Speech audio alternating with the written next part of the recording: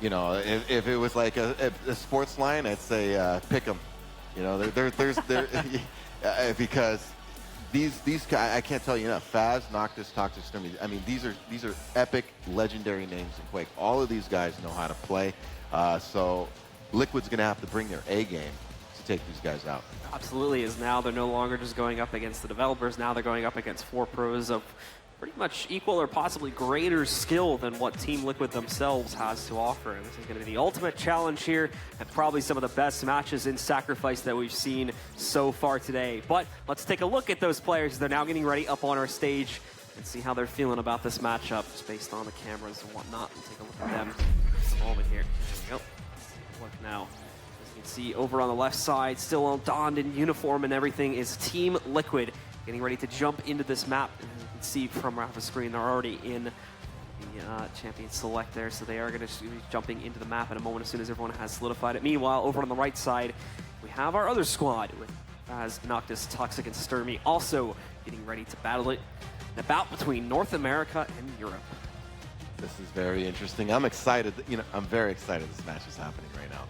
This is going to be top-notch Quake, like at the highest level in terms. I mean, all these. We've seen Team Liquid dominate, and we kind of commented on the devs game, especially about how they had this combat advantage. It was really putting pressure on the devs. They're not going to have that advantage in this game. It will come down to decision making. Who's better organized?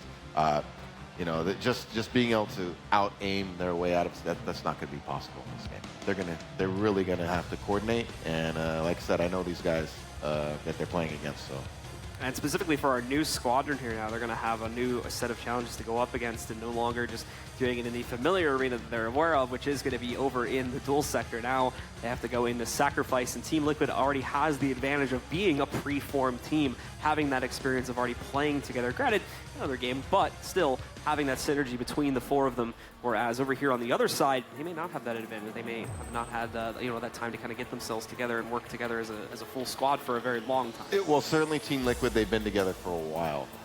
But these guys, Faz, Nocta, and Toxic, and Sturmy, they've actually been playing together, I think, pretty regularly during the beta. So I do think I expect to see some good synergy and communication from that team as well. And that's why I said pick them, because I said Liquid better be ready. Well, here we go, folks. We're jumping into the map here now. So let's see who will reign true here. Is it going to be Team Liquid that comes out on top, or the new challengers that move in? Faz, Noctis, Toxic, and Sturmy, excuse me. Let's jump into it, and immediately we see the Scale Bearer moving in to try and take it. But as it seems true, it's looking like the European squad's going to be able to move in, and Sturmy at the helm takes that soul and sends it over into the edge of the obelisk here, as they'll be able to get their choice and start off with a little bit of a lead. Yeah, you can see right away how much more competitive the match is. Liquid's going to really have to organize an attack here. Some of these guys, I don't know if people aren't familiar with them. Faz, Noctis, Toxic, especially Toxic. I mean, probably one of the best pure aim guys in Quake. I mean, he's just amazing. Skillbearer there is going to be able to move in, makes a decent attempt to try and get it off, but nicely shot from Rafa here, gets himself the double kill, tries to go for a third one, but finally taken out by Sturmy. And right after that one, they managed to lose Noctis too, so our new challenger squad is going to end up finding themselves dead. Dahong, though, manages to finally get himself off. He throws it down, activates the charger. Not only does he carry the soul with him, but he also gets a kill in the process of that one. And while they get it onto the Obelisk, it may be a short-lived thing, as we finally see them getting it onto the ground. Faz makes an attempt to steal it immediately, but only gets pushed off of the Obelisk itself and goes dead a few seconds later. Now the reinforcements are moving in. Sturmy, along with his teammate there, have been able to steal the soul, and now they're running the soul back over to their side. That was actually a great play, though, by Dahang to get it over there with the charge. So it really put them back in the match, and let's see what happens from here. Rafa still trying to fight, but he doesn't have a whole lot of gunpowder to work with here. Currently, the nicely done on the spit, though, just destroys Sturmy playing on Nyx. There's no HP to work with, so just 2 or 3 of those poison, all those poison balls is going to be enough to take out your opponent there. Well, let's do a little bit of a listen-in, however, and see how the European squad is doing with their communication. It's okay, it's a quad. What is capping? Nail gun. Nail gun, second floor. Shotgun. He's solo. Good job.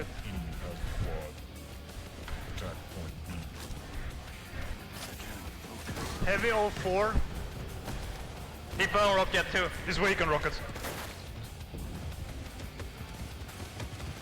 So much communication Cool coming rockets. in, so many things trying to relay out to these teammates here as the European squad attempts to keep it together now and keep them in the lead here. As they're doing a good job of holding on to this point, and they have about a 60% lead now over Team Liquid from North America.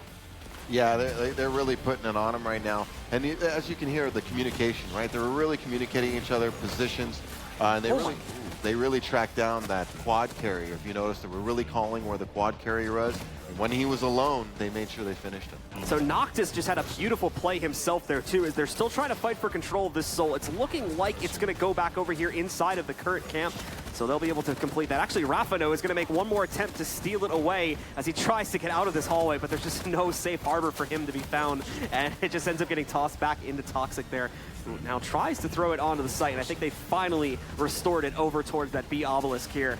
Nicely done from Faz, getting back out into the open, hitting quite a few nice rails. He's got to continue that damage, but he's lost all of his teammates. And now those last two were able to just focus and let him take him out, and now restoring control. But one more attempt is going to be made here by Rafa to sneak in with the Nyx and to attempt to steal the Soul, but they haven't been able to get it off. Unfortunately, I think Rafa reset himself just a moment beforehand. He's got one more chance. It's up to 99%, and they finally managed to steal it successfully for yet another time. But now they need to get this Soul the heck away from this point. And no, actually, it gets tossed on to Toxic, so he's going to try to run away with it here, but it gets tossed back in one of their teammates who will finally restore control onto the obelisk itself. And just a moment later, they'll be able to sacrifice it, and it is looking like the squad from Europe will take control of round number 1. Just solid play right there. And, you know, I think Liquid needs to make a little bit of an adjustment, trying to keep them off that rail area. It seemed like, you know, these guys from, you know, Faz, Noctis, Toxic, Sturmy, they were hitting them with some major rail shots from over there, and I felt like they really controlled that area. It's an important gun on this map. We saw some very impressive play, too. I want to highlight one specific play. I believe it was Noctis that managed to pull it off there on the Ranger. There was actually a moment where a Soul was getting tossed between Team Liquid's own teammates, but Noctis was actually able to use his Dire Orb and intercept the ball and then steal it away, and then toss it back over the steps a little bit closer to his own obelisk. That was some great stuff from him. Speed chess. Speed chess. You know, he came up with that on the fly and improvised and made a great play. Well, now we are going to see again, it does end up looking like that the players from Europe managed to get their choice of an obelisk, but they don't manage to keep control of the Soul itself for very long here. Now Liquid has already stolen it away, and they're going to end up pushing over here towards the obelisk, where they now get control, and there's that charge again from Dehang. Just runs right through the Nyx. You gotta love that. I'm sorry, it's just hilarious watching that happen. Those small classes they just get run over, melted. Absolutely. So a little bit of an at-range duel here now that Sturmy and the rest of this new squad have been able to claim back control of the obelisk. It's not going to be very long lasting, though, as ID has stolen it away. He's taken a bit of a risky path, though, trying to go down those steps, but thankfully he was able to wait long enough to have a teammate waiting for him. Fortunately, the first teammate that was designated to carry the Soul goes down relatively quickly. They had an Anarchy ready who could move between these obelisks extremely quickly. Unfortunately, they lost that fast, and now the Europeans are going to get back, but it's a battle back and forth again here as they manage to use the Dire Orb to do damage, finishing off one player, and now Noctis finally gets it out of this hallway and starts throwing it back over towards his own obelisk. Just look at the, you know, I'd like to point out the speed this game is being played at right now between these two teams. It's a frenzy. This pace is amazing. Never a dull moment, it seems, here in Liquid. This is where this champion comes in beautifully, because of the fact that you can throw the spit down onto the obelisk itself, and any opponent that isn't the same exact champion who's actually immune to that damage pretty much has to stand off of it, because they're going to take so much damage from the Sword-like spit. Absolutely, and especially the lighter characters. Remember, they don't have a lot of health to give up and deal with that spit as much as maybe a heavier class does. It's really effective on these obelisk maps for sacrifice. Well, 33% so far has been claimed on this obelisk. Our new challenging team, and they're doing great at being able to hold it off. They've already taken round number 1. They claim this one. The map is going to find itself ending relatively quickly. Liquid trying to get themselves back control of most of this map so they can try to push this European squad into a corner. They've been unable to do that just yet. They're finding the opportunity to do it now, but he almost finding himself dead there. If he ran into that spit, it definitely would have ticked him down enough to just eliminate him outright from the remaining dot there. But now he's going to end up in an open fight here. Still managed to just barely take down Noctis, only 17 HP. And in the process, they stole the soul. Again, though, so short-lived. Look at all this damage that Faz is able to do. Completely traps the Sorlag in this hall. Unfortunately, he has to eat all that damage. And it looks like they just barely managed to make it out. Unfortunately, another teammate from the European squad moves in, steals the orb back, and puts it right onto their obelisk. That was a great play by Faz to block him.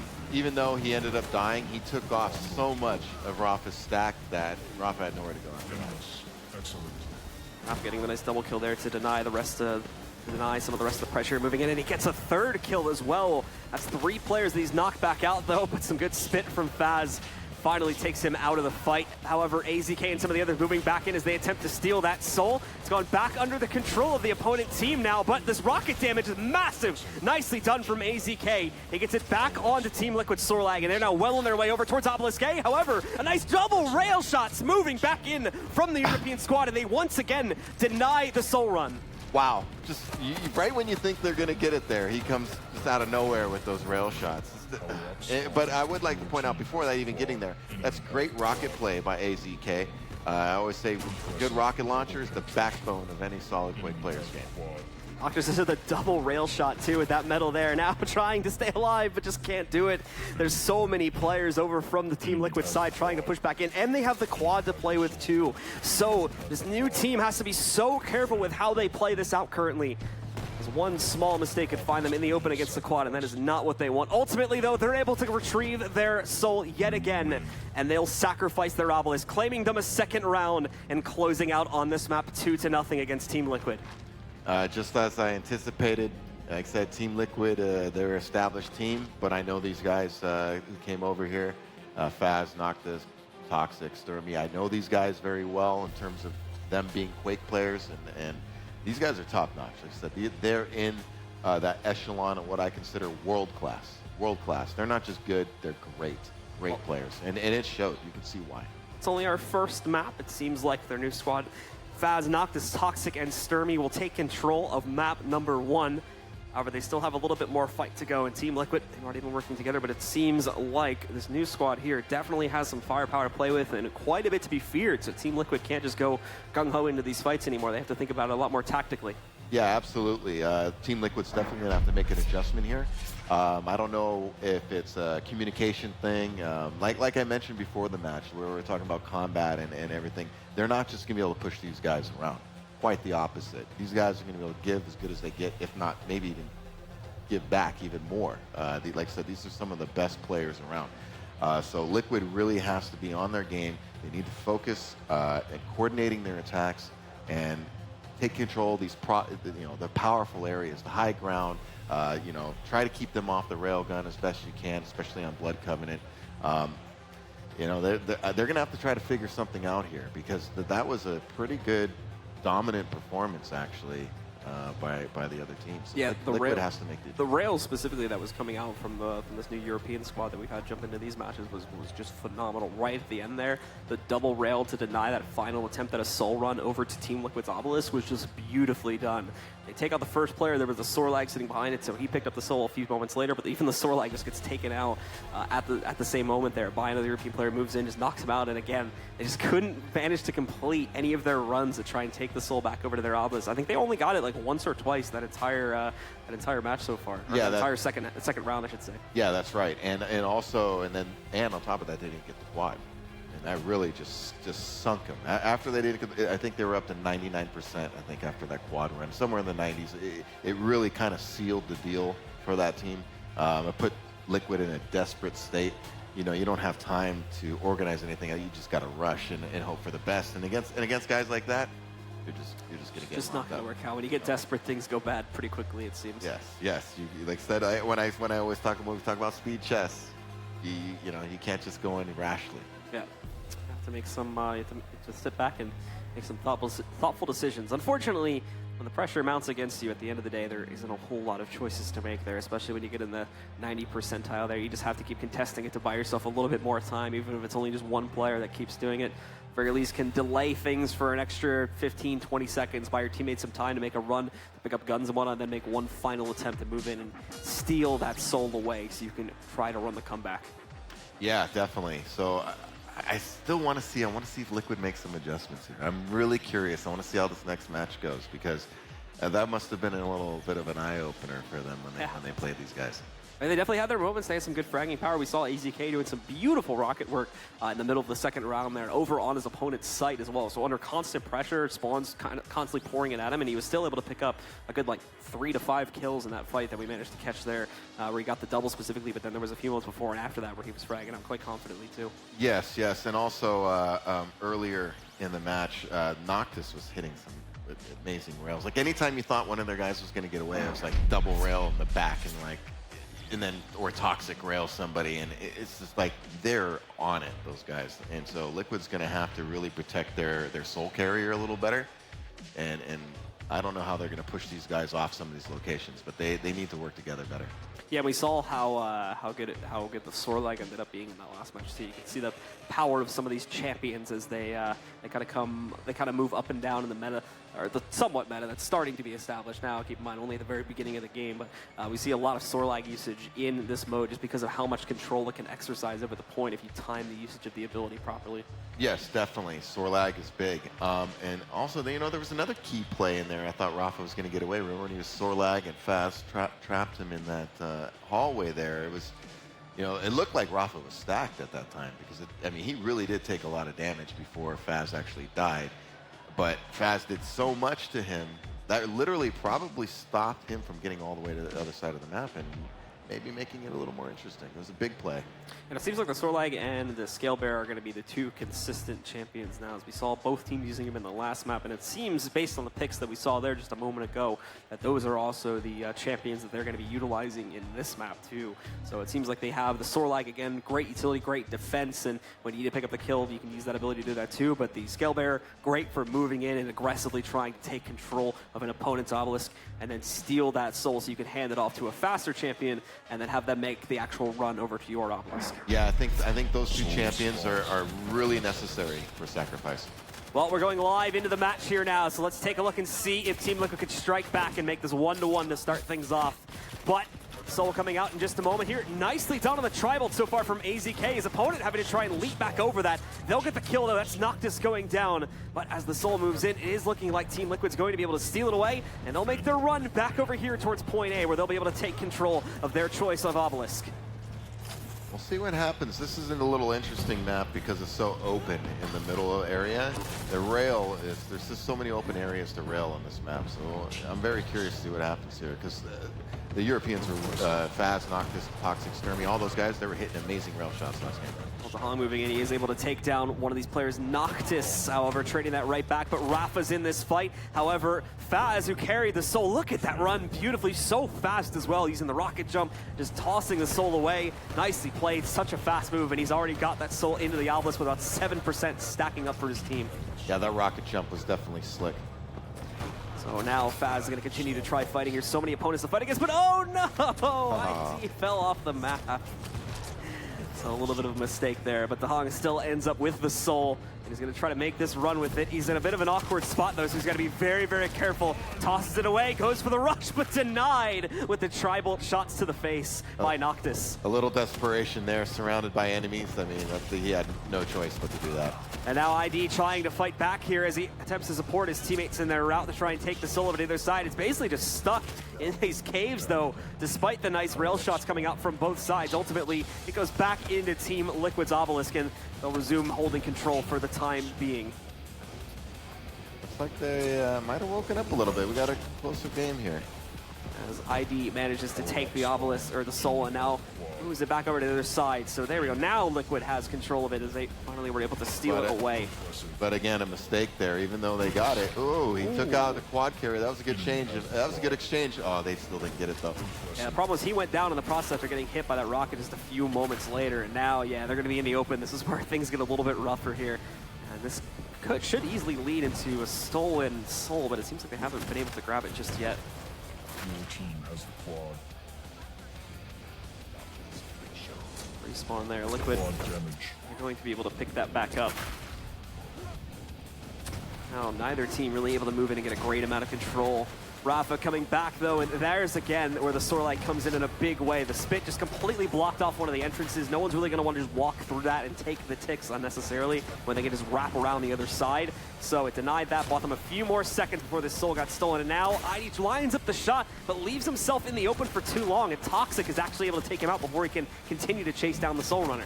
That was actually a great shot when he rocket jumped with the Soul. He was able to hit him going over the ledge. He didn't kill him, but then Toxic just came in and finished him from the side. So our European team is still working on getting that Soul back over inside of their Obelisk, but unfortunately Liquid has already stolen it from them. Oh, Soul on the ground though. Dehang just managed to get that back and also just has the reach to throw the Soul back into his team's Obelisk. So they've got under their control. And now the team from Europe has to reset. Find themselves in a better position to try and steal this, but actually no, they're just going right for it, very aggressively trying to take this Soul away, but it works for now. They've got it out of the base and they're running it. There's quite a few players from Team Liquid in their way, though, as Dehang moves in, pummels one player, rails one, and then finishes off the player he hit with the charge by eliminating Toxic just a few seconds later. That was just a great play by Dehang. I mean, I don't know if it's maybe an adjustment they made or the map, but it seems like Liquid's really on top of, a little more on top of their game on this map.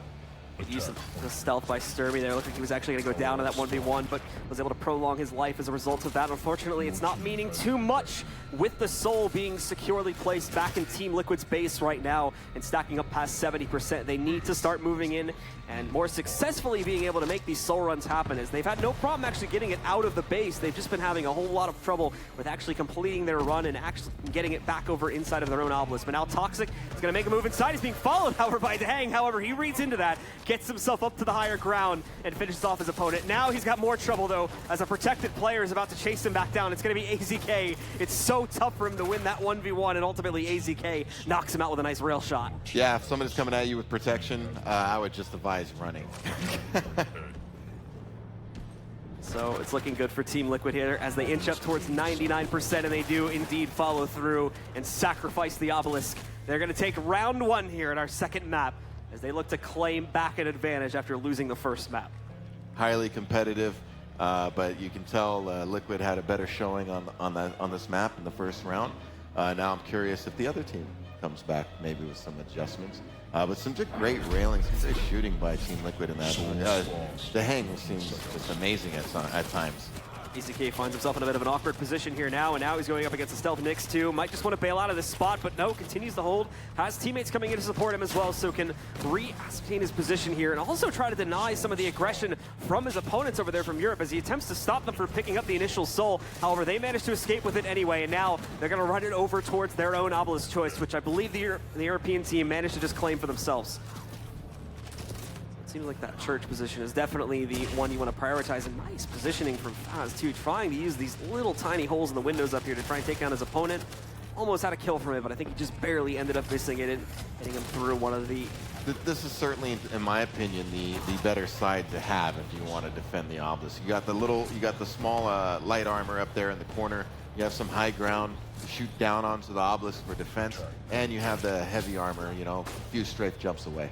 So, for the time being, A still maintains itself under the control of the European squad here, but for Team Liquid, they're starting to get their players together and ready to make a run inside with the elimination of Faz. More nice rails coming out from AZK here, and support from ID allows them to eliminate Toxic. Now they're going to move in, try to steal this Soul away. AZK takes up the high ground since he's been doing good work with that rail. Nice denial as well. Someone tries to move in and stop the Soul from even being stolen, but they manage to get out of there. It's a lot of trouble, though, as they're going to end up in a close-fought battle. They still manage to keep themselves together, though. They just have to take a little bit of a different path to run away, but actually, no. It seems like one of the other players stole the Soul and took it all the way back to the base, so they have to start all over again, and now they've just lost almost every single player on their roster, and they have to wait for them to respawn. That was actually a huge turnaround right there because the quads, the power-ups coming up right now, so they all lost their stack, they're all respawning, and on top of that, you know, they lost their opportunity to get their Obelisk counting because, you know, the other team's going to focus on the power-up more than their Obelisk at that. They could have got some percentages there for sure.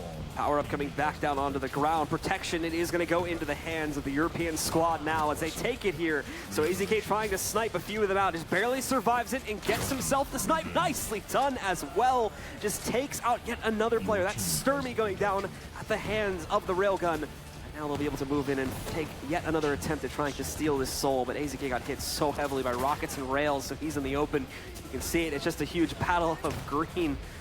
these rails continue to move out and dominate these players. Rafa gets himself a nice run though, and he's going to hop back over and finally secure Team Liquid with a little bit of room to work up on the obelisk here. They need a really strong defense right now to get back in this game. Oh, nicely shot. Direct hit there against his opponent. Able to take out Faz. Only 1 or 2 really remaining in this site. Toxic, I think, messes up his run a little bit here, so he ends up in a really bad spot. Now just in the open, fighting against multiple opponents here. He has one unawares to his spot right now, but unfortunately just getting inside, even though he's hitting so many rail shots, he has to change his targets so often that he just can't complete the kill. Yeah, that's too many targets right there. You're absolutely right. He hit every guy once, and then they probably had a nice, decent stack as well. Rafa is going absolutely insane right now. The nice little double kill that he picked up there. The nice opponent pickup. He did just actually lose the mega health though, so Toxic in stealing that is able to finish the kill onto him and eliminate him. Finally getting him out of that spot that was causing these guys from Europe so much trouble. That was a big steal there. Took out Rafa, got the mega health. Nicely done from Toxic though, moving back in, picks up the kill onto Dahang, and now looking for the second one, but he can't finish off AZK. He's able to survive the encounter. Keeps Liquid in control as they're looking to run this comeback now, just 20% behind their opponents. Showing some strong defense. This is what they needed, but they got to, whoever gets this power up next, they need to get this power up. This is going to be huge. Liquid is so focused on defending their obelisk right now that they may not even have anyone close enough to be able to go and take that. We'll have to see. They're branching out now as this protection is about to spawn itself into the open here. And oh, look at that. Someone actually ran through the portal from the European side and managed to take control of the power-up, spawning right inside of it as the timer expired. Yeah, for people who don't know, there's a portal off on the side past the mega health, and it literally takes you right on the power-up to the point where you can actually telefrag people if you time it right. It's right to the left of where AZK is now out in the open. You need to get a lot of speed going to be able to make that jump appropriately as AZK continues to try and chase down his opponent. Unfortunately, stealing that protection may have actually just won the game in 2-0 fashion here for their opponent team, as now they've got it back onto their point and they only have 15% left to go. I feel a little prophetic right now talking about that power-up and how critical it was going to be, because it looks like that might turn... That might have just won the game as it left to make the soul run. Yep. As now they're continuing to push forward. I think there's 1 or 2 players that are still going to try to push in here and just delay for as long as they can. Dahang hitting 1 kill, but goes down a second later. And now at 99%, only 1 player sits on the point. He's completely surrounded, though. Toxic getting pushed back out. Liquid somehow making this work, at the very least delaying it. They get the soul off of the point now, but it goes down a moment later. They're still trying to get it outside of this hallway. It's down on the ground long enough, though, for it to reset. As they do toss it back out, it gets it across the map halfway for free. But immediately, the European team still manages to steal it, and Noctis starts himself on the run to send it back over to his obelisk and try to claim this round. And indeed, it's looking like they're going to be able to do it, but no! Rafa, leaping in at the last moment, denies it. He gets taken off the point, though, and with that kill, more of the members of Team Liquid still trying to deny this. However, they can't do it, so our team from Europe is going to be able to close out with that. And now we end up going 1 for 1. That was crazy, the way Rafa flew in there like that and landed that rail. And then it actually bought his team a little bit of time to come in. For a second there, I thought they might have got that last second steal to make it a little more interesting. But yeah, great play, great play. Again, I just want to point out those power-ups. Was what that last power-up was the difference in that match. Well, back into round 3 here now as our teams are tied. It was looking like Liquid was going to be in good shape to try and run a 2-0 victory, but the theft of that last power-up saved the guys from Europe, and now they were able to control things and keep themselves in the match here now, as there's a nice run attempting to get the soul back outside here. Liquid's trying to fight for it. Unfortunately, they don't have the firepower, and just off of that, Noctis, I believe, got a double kill with a tri-bolt. He's being denied presence on the site, though, by Dahang, even though he just has this measly little SMG, but now he's going to make the run back in. And the soul ends up, I believe, just getting tossed off of the map by the European player controlling it there. Yeah, that was good denial with the tri-bolt there, because he knew his enemy was coming in. It's like a little bit like a rocket launcher, and yeah, they ran right into it. So Liquid is going to be able to get control of this church at the end of the day. Dahang steals it at the last moment and just tosses it back in. But much like many rounds before, the soul's not going to stay on that point for very long. Liquid able to deny it, though, when they do pick up that soul. Liquid is back into control for right now, but it's a very hesitant amount of it. A lot of these players are extremely low, having already used their power-ups just to get this back. Sturmy makes a move himself to get back in, but the pole gets in the way of his rail shot, so he's denied that kill. Finishes off Dahang, but is also taken down by AZK just a second later. And you can see both teams in each round so far. They feel this is the stronger point to control. They've both made an effort to get it there first. Nicely done, the rail work from AZK. He does get knocked out on a side flank from Sturmy there, but he picked up 3 kills in about about a 20 to 30 second process before he ended up getting eliminated. Now, ID out in the open too, just get completely outmatched by Toxic and those rockets. But thankfully for them, they trade that out just a moment later, and it looks like Team Liquid ends up with the full armor kit. Yeah, he was in a little bit of a bad spot there with the lower ground when somebody shooting a rocket at you. It's definitely not a position you want to be in. And I always make the point, if you can time an item, you want to jump on it when it's spawning. You don't want to be waiting in bad position waiting for it. The Mega Health has been available for a good like 20 to 30 seconds now. For whatever reason, you focus on the objective along with that power up there. No one has actually decided to go for it, so it's just essentially been sitting there. Now, we do have the full armor kit respawning. ID trying to deny as he has his quad, but he only has 7 HP to play with it. And now the problem is he just gave it to his opponent there, so it goes back into the hands of the other players, and Dang going to be able to move in, trying to steal this soul. He's got it, hitting those rail shots back to back. He fights his way outside of this site, and now is going to be able to make the run over towards the A side. How much can you say about the Hang's rail that we've seen all day today? I mean, are you kidding me? Dahang may have just made a little bit of a mistake there, though, in actually tossing the soul down. They're going to retrieve it now, but it does waste a few moments here, which they could have otherwise used to be able to try and stack up their own obelisk a bit more here, as they're still behind by about 15%. So they have some makeup work to do. Here comes the rush, though, from Dahang to secure it. And there we go, touchdown. And the soul goes back over here onto the A obelisk because they're not going to look to defend it. But again, they don't really have a great setup. So immediately there's about 2 to 3 players from the other side trying to push in and steal this soul. They succeed. They've got it out, but another player is able to deny it. Dahang's in trouble, though. Only 18 HP left to play with. They get the soul back onto the site. Dahang's in trouble. Yeah, they definitely need to give him some support over there as quickly as they can. That was a great play, though, with this charge. You know, again, he showcased how you can throw it, charge, pick it up, and get that damage reduction as you're bringing it in. Well, Toxic and some of his teammates were able to steal that soul for a second time, and they're making a quick run. Look at how fast that soul is moving across the map currently. It's already made its way over towards point B, and now Liquid has to switch up their gameplay a little bit here and go onto the offense to steal it away. Not sure how close they got to recovering the advantage. Yeah, they're only about 5% behind now, but the problem is Toxic and quite a few of the others have been able to branch out from the obelisk itself and are denying essentially any attempts from Liquid to try and get towards that obelisk. Toxic himself over 1,000 damage now in this current life, but being down on that point, it's looking great here for Toxic and the rest of his teammates to try and close out on this map itself and take a 2-0 lead here for the Europeans. However, Liquid has been able to steal it, and Toxic moving in there. It steals the Mega Health, so with that said, he'll have an easy time knocking out AZK. Rafa trying to frag out too, but he's been completely surrounded, and I believe his opponents have control over the power-up. That was a great play, Mega, by Toxic. A great combo. He just lined him up with that LG and then quick switch to rail for the finish. Highlight reel stuff. Toxic continuing to move back in, goes right past Rafa, but then spins it back around to take down his opponent. He thought he just rushed right past him. Toxic is going absolutely crazy right now. Yeah, in terms of Quake history, this is probably one of the best aim players like around. Not saying he's not a smart player, but in terms of his just pure aiming ability, he's disgustingly good.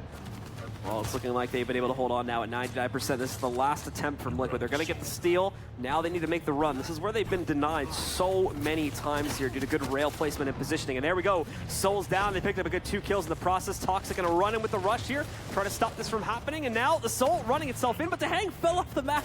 Thankfully, he caught the Soul inside of the obelisk before going down, but the problem is with no one to defend it. Now, the guys from Europe just managed to steal it right back, and they're running the orb over to their obelisk, where if they just put it inside and hold it for another second or two without Team Liquid contesting it, they're going to take it. Nicely done from Rafa, though, coming in with a Sorlag to save the day. He restores it back onto this obelisk and is going to get a nice close-up fight with that Tri-Bolt, but he can't win it. Ends up killing Sturmy from the grave, and it keeps the Soul on the point temporarily, but there are more players on the way from this other team still. It is pure chaos right now. These guys are going at it. Well, this is it right here. Rafa lines himself up a nice shot there, just finds one of his opponents going directly up on top. The problem is Rafa's just in the open here now and fighting against 1 or 2 more players. Still gets it done at range with the rockets, but ultimately is taken down by Faz up close. Yeah, not the greatest position in the open there with the rocket launcher, but I mean, he really didn't have a choice. Somebody has to get that power up. Again, it seems like, you know, that power up is going to make the difference. Hang and the others trying to figure out where exactly the Soul managed to make its way towards. They look to try and recover that now, but ultimately they just need to defend and prevent that Soul from getting over towards the Europeans' obelisk, because if it goes inside, and there's no one there immediately to contest it, then that's going to end up very badly here for the players from Team Liquid. And they almost managed to make their way back, and they actually are going to try to make this run again here. Taheng picking up quite a few of the kills. The Soul just sitting stagnant right outside of the point. As it's going back and forth, really no one can control this Soul. You can see it. So many messages to the Soul going down to the ground time and time again as it just continues to get tossed back. But now, nicely shot from Sturmy, eliminating AZK. Most of the resistance here, they're all here, but they're getting torn to shreds. Liquid can't maintain it, goes on to the point.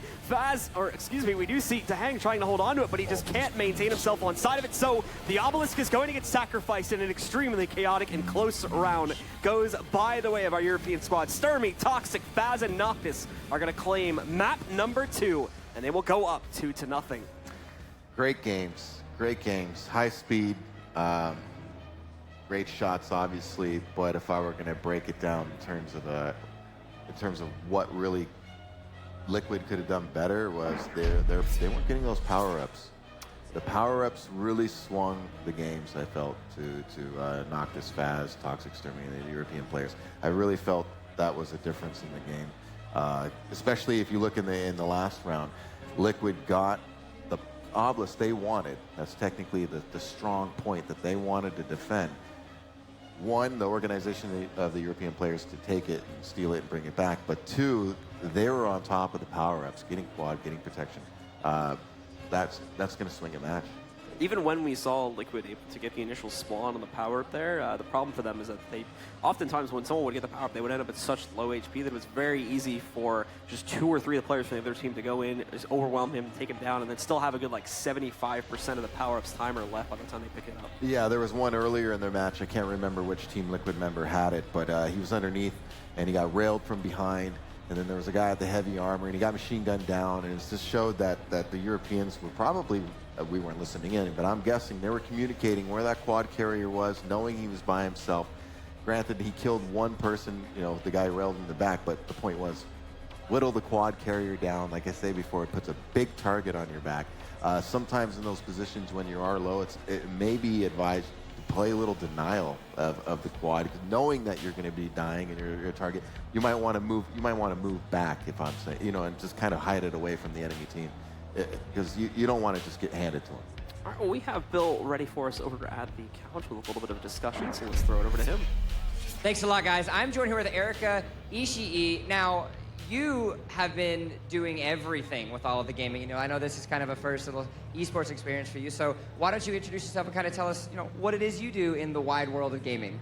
Hello, I'm Erika Ishii, and I am a streamer with Geek and Sundry. I am a streamer on my own channel, twitch.tv/Erika Ishii, and I'm a voice actor for video games mostly. Awesome. Now, you've been checking out a lot of different games. What's some of the ones that you've really been enjoying thus far?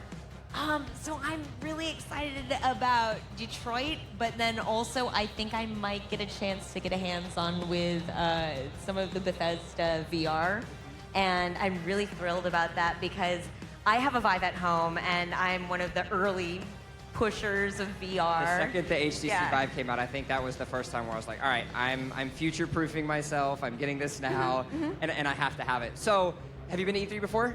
I have, yeah. Okay, so this is the first time that you really see an esports kind of presence at something like E3. What do you think the esports kind of just community brings to something like a developer conference trade show, as you might call it, here at E3?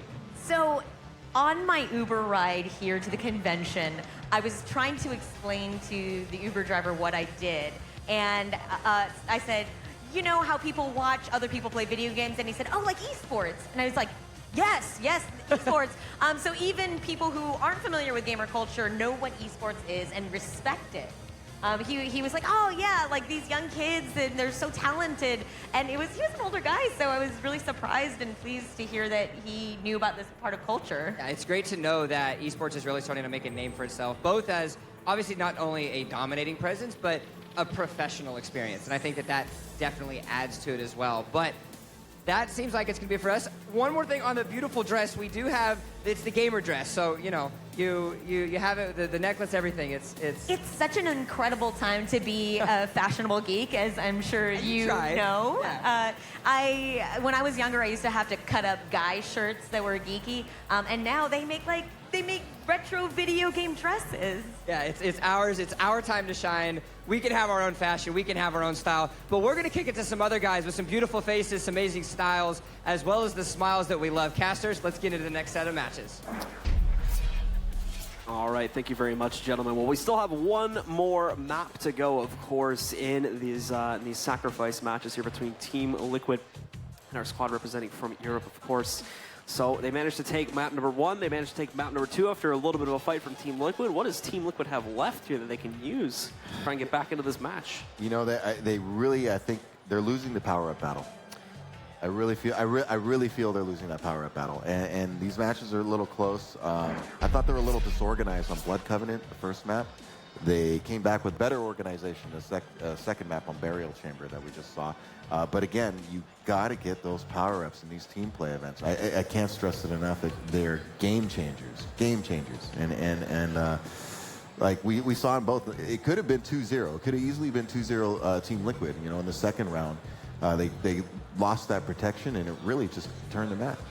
Yeah, and with that protection, that basically is what allowed for the European squad here to really get back into the match, start picking up some rounds for them, or start picking up quite a few of the percentage for themselves, and eventually run that entire comeback as well. That was incredibly impressive by them, as Liquid only needed like one or two more seconds on their obelisk, and they would have had that under their control completely. Yeah, if I was going to point to any a singular key point in those 3 rounds, would be that protection spawn in round 2. That felt like that was a turning point in the match overall. And yeah, the Faz, Noctis, Toxic, Skirmy, they just ran with it from there, and it seemed like Liquid never really recovered. So, as you can see again there on Rafa's monitor, everyone getting set up here now inside of the match and getting ready to play it out. We'll have to wait for those players to load back in, and then we'll be able to get started and see if Team Liquid is going to be able to try and claim even a single map here now. Third and final map to decide it all. They definitely have their work cut out for them, like I said before all of this started. These guys are top notch, so you got to be on your game. You got to be communicating well. You got to be attacking together, defending together, using your abilities at the right time. Let's see how they do. Well, into it we shall go, of course, and over to the ruins for our third and final map. Started off here, AZK going to find himself kind of trapped into a corner away from where the Soul will find itself spawning in a moment here. A lot of them waiting on the upper part of this wraparound here. Spawn going onto the ground here, but it is looking like the European squad's going to be able to get first grasp at it. Now they need to take it back over to a point. However, Liquid steals it back. This hallway is not going to be the area you want to chase things down if you're trying to get over to that obelisk, though. He did try and fight for a few of these players to get outside, and they just can't seem to lock down Noctis. So Noctis ends up winning the battle, and he doesn't just kill AZK. He takes out the Hong as well. Now, with the Soul going under the control of this European squad, they get themselves up on and they steal the obelisk. The same one that I believe Team Liquid was going to try to chase towards. Yeah, I don't know if going down that hallway was necessarily the best idea for getting there. They might have wanted to take a less direct route. And so now, AZK just in a little bit of a useless battle here. He needs to get outside. Need to try and figure out where exactly the Soul is going to be located here. As AZK tries to secure the site a little bit better for himself and the rest of his teammates there. Finally, the Soul arrives, though, and now goes over onto Obelisk B, and they can start stacking up a little bit for themselves here. AZK just trying to chase down anyone that would try to go for the rocket spawn, or, of course, the Mega Health sitting in the middle there. But immediately, someone moves in, stealing that Soul away. They drop it, though. It's a missed toss. I think it ends up connecting onto one of the walls there, so they have to re-toss it, the player on Nyx being the one to make that mistake. However, it's corrected relatively quickly, and now they're trying to chase that Soul back over towards Obelisk A. Got a power-up coming in about 20 seconds. I want to see if Team Liquid does a better job this time of securing it. I think Liquid is actually going to be delaying bringing this Soul. Actually, no, they're going to go right for it. This may not be entirely advisable. There's still 2 opponents sitting in the proximity of that obelisk, along with the power-up spawn moving back in. And Faz, nicely done, catches that rocket jump and then just immediately destroys the opponent he's going up against there. So now the quad damage moving in. It ends up going under the control once again of Toxic here. Is going to use it. Doesn't have a whole lot of gunpowder to play with, so with that said, he gets overwhelmed, and that's going to give it to Liquid instead. So they've got this power-up working in their favor here, but they've now lost the Soul on their obelisk. Well, we'll see if Quad should be able to make a difference here if they use it right. Oh! Liquid ID almost being able to catch that Soul in mid-air. That would have been impressive in itself. just goes over his head, though. Still, though, with all 4 players on this obelisk, they're able to easily steal it away and now start to make the run back over to their own obelisk. Yeah, it was a good effective quad run. They cleared it off and was able to get that steal. AZK just trying to watch his backside here as he hops back in to defend Obelisk B, lining up some nice rocket shots too, full damage onto that Sorlag there, but now he's going up against both a Sorlag and a Scale, but these are 2 very tanky champions, and not a battle he's going to find himself having the ability to win very easily. Not only does AZK end up getting knocked out, but most of the defenders do too, and even ID on an attempt to run back over towards Obelisk A, he just gets sniped out by Toxic. So they're going to make this run in a moment here, but the Sorlag from the other side, being played by Rafa currently, is doing a great job of keeping the aggression up, and even if they get this Soul on the Obelisk, it may not stay there for very long, as they're already getting ready to steal it, and they've just completed that steal. Yeah, we're seeing a little stronger team play, I think, right now from Liquid, even though that guy came out of nowhere. Toxic, nicely done. Denies the Soul run and then kills the other opponent that was trying to steal the Soul back too, so it goes back over to Obelisk A. Another member from Team Liquid is going to make an attempt to steal it. And Sturmy just moving around the map, doing massive damage. 2 rails in a row now, 3! Could make it a 4th, but unfortunately his opponent's already died, so we won't see that there. It's just some great railgun work right there by Sturmy. I mean, what, did he take out 3 guys before? Yeah, he hit 3 rails in a row. I think he managed to kill only like 1 or 2 of them, but still doing massive damage, and the rail easily going to force someone back into a corner. At the very least, go looking for some armor pickups or something to make them a little bit better off for the next battle. AZK in this next battle, speaking of which, Noctis, though, is going to handle him incredibly easily, but at the same time, no one able to get themselves onto the site itself. And ID having himself the quad, but unfortunately no HP to play with as he's doing it on Nyx, this very, very squishy champion, which can be knocked out in just a few crucial hits. Now trying to move forward, but only gets that 1 kill, so Sturmy is going to steal the quad. And Sturmy is stacked. It just seems like anytime Liquid even gets the quad at this point, it's like they're getting nicked from the sides with a rail or a rocket, and they're never really getting away with a good amount of health and armor. Yeah, it was looking great for Team Liquid at the start of this round. It's just unfortunately, ever since we saw the Soul exchange hands about 2 minutes ago, it's been all under the control of this blue team since that point, and they've been able to hold this thing almost flawlessly, only losing it once or twice, and they were able to deny the run pretty quickly.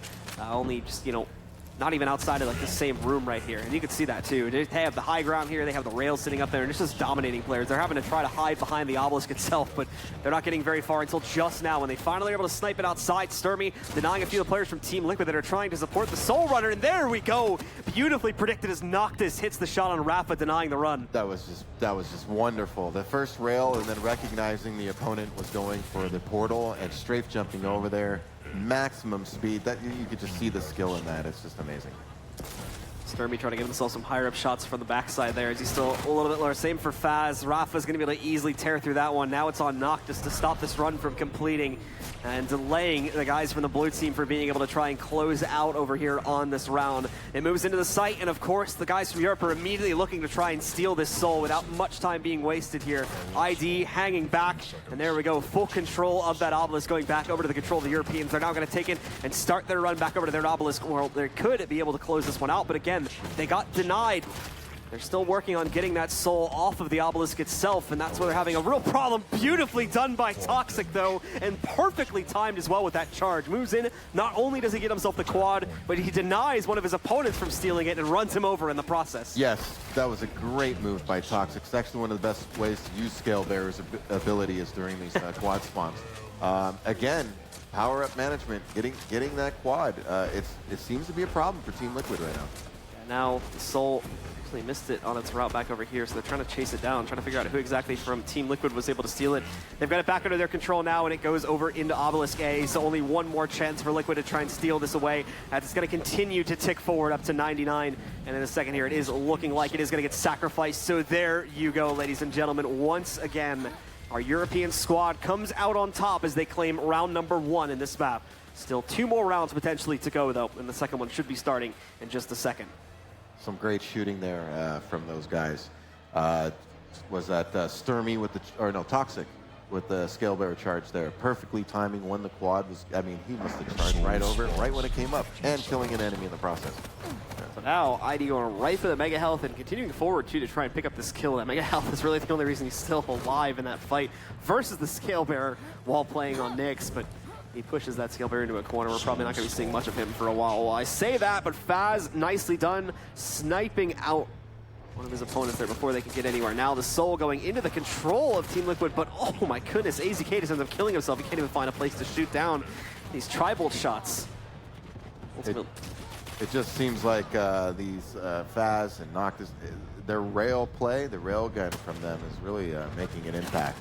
And AZK, this is the other problem too, is they know how to weigh out their aggression very well between Faz, Noctis, Toxic, and Sturmy here. They've been absolutely beautiful. Like, look at that from Sturmy. He's doing this all alone and defending this site while some of his teammates are just hopping around the map looking for pickups there and making sure that they control the armor and mega health pickups, which spawn every 30 seconds. I almost wonder if they have a strategy maybe they're working where they have a rotation going, where you keep a couple guys for defense and you let another guys run items and you kind of rotate, right? And I'd like to know what their bigger strategy is, but I'm sure they wouldn't tell me. I bet it's a secret. Well, there's some nice shots from Rafa that roll out. Not able to gain a whole lot of kills, unfortunately, with he's connecting the rail shots. And now the Soul back securely positioned onto the A obelisk under the control of Faz, Noctis, Toxic, and Sturmy as they look to control this map and try to take it easily with a 2-0 victory in their favor and make a 3-0 run on maps here overall in the set between these two teams. Nicely done. Toxic just flicks onto his opponent there with that rail shot.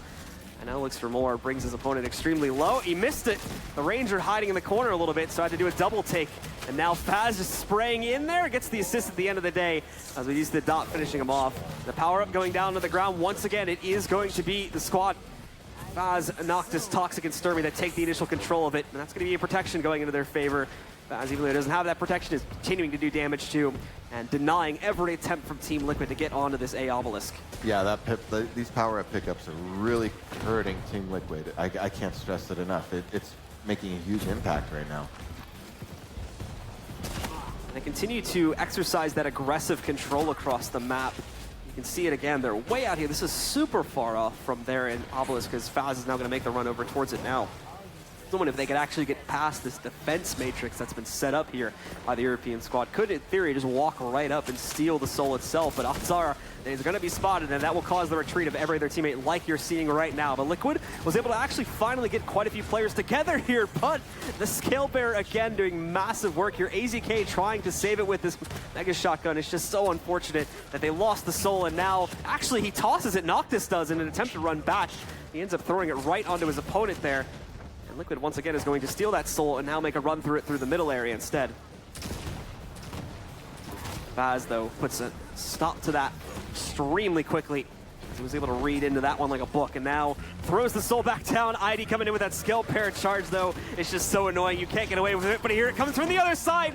Double roadkill. His opponent manages to get out of the way purely by the nature of it being a Nyx and the Nyx having a stealth, but he's denied the Soul run all on his own in a 1v3 situation. And with that, that's going to secure the round and the map for the European squad as Toxic goes out huge in this second round to close it out and take control of the map. What a highlight to close and win the game right there. Again, another great charge by Toxic. He did it in the other round with the quad. Yeah, he did it there to steal the Soul. You got to really just admire that the way they just seem like they're coordinating their attacks really, really well. When they had the defense set up there, it seemed like Liquid was even just having a problem getting into that zone to even get an attack started to get even close to the obelisk. It seemed like they were taking damage on the way in. Great railgun play by these guys. The rails they were hitting, we were watching Sturmy there for a little bit. No, Toxic, just flicking his mouse around, just hitting people. Like you just sometimes you just gotta bow down a little bit and be like, man, he's hitting some great shots. But if I had to say anything about Team Liquid, is the power-ups are killing them. I mean, you gotta get quad. You gotta get the quad. I mean, you can't, especially when I'm telling you, these are world-class players. They're running around with quad damage. It's gonna hurt. And the guys amongst Faz's team here had amazing setups just to run and pick up those power-ups too. We saw that across all of the maps here so far. We saw the teleport movement there, the timed teleport from the other platform back on our last map there. Just move in and steal it. That basically won one of the rounds outright for the European squad. And meanwhile, on this map, we saw the Scale Bearer charge that moved in, not only took control of a quad that spawned in mid, but also denied another opponent that was looking to try and claim it there. They were set up so well, and at the end of the day, they will claim victory here. We still have more action to come, ladies and gentlemen, but we are going to go to a short break before we get to that. Do stick with us. We'll be right back.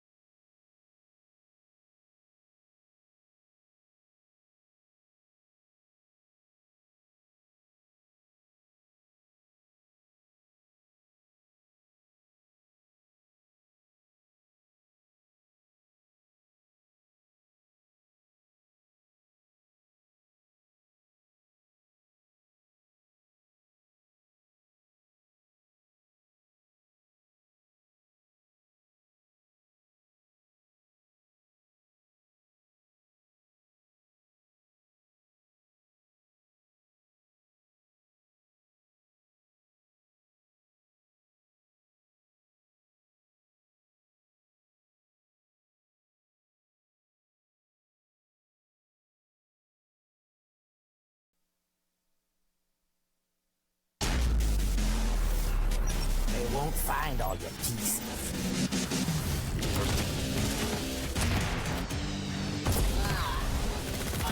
Have a taste.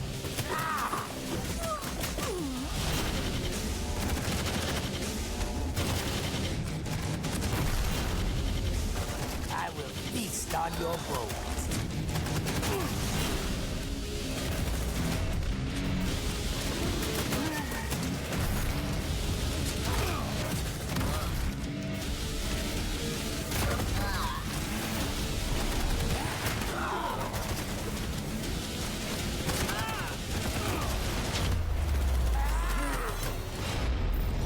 I do so enjoy the slaughter.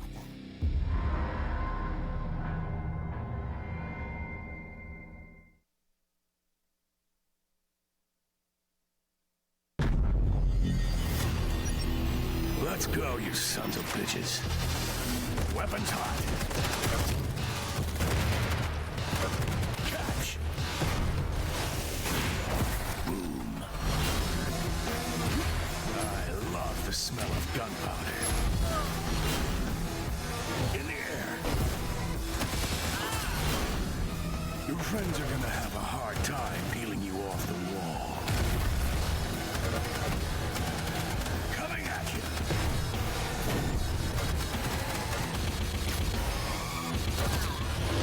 Burn.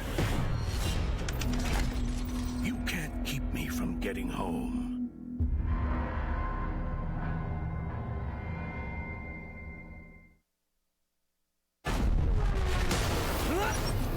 Time to turn it up to 11! That was brutal! Sit up, baby. Feeling good, man. Look out below. It is getting messy here. Coming through.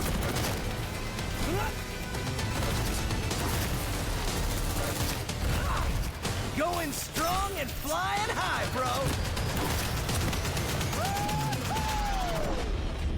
Oh, that feels good.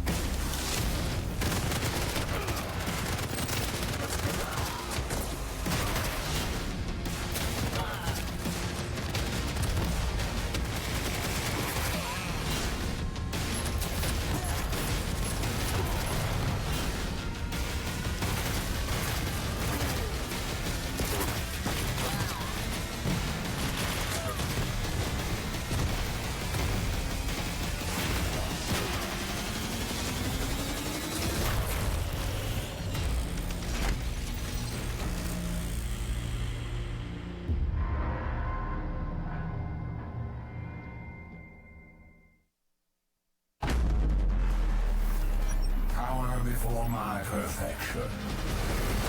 Shield on. You cannot penetrate my defenses.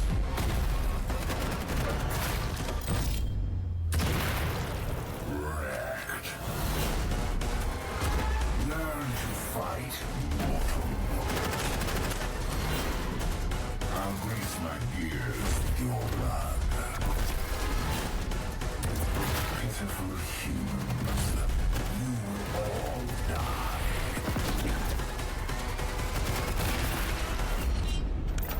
The machines of the future are here.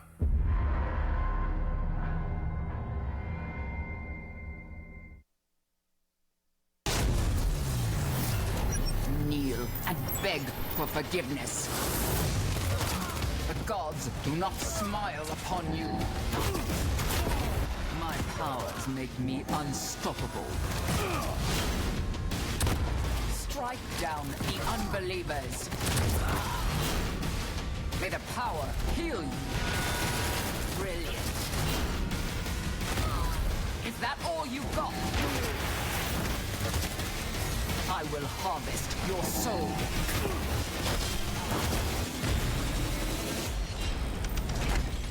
Even the devil fears me.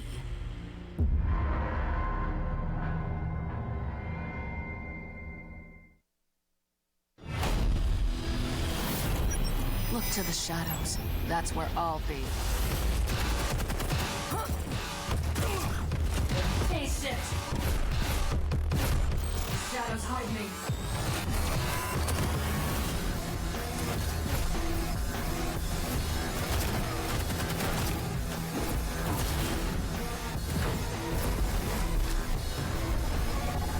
That's another one down.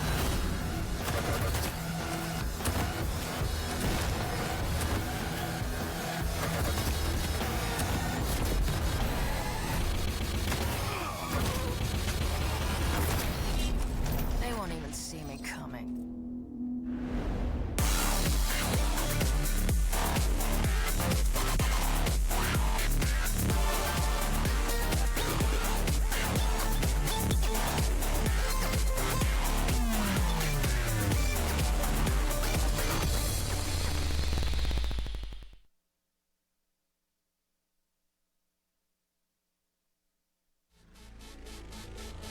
Welcome back, Los Angeles, California, to the E3 Esports Zone powered by ESL.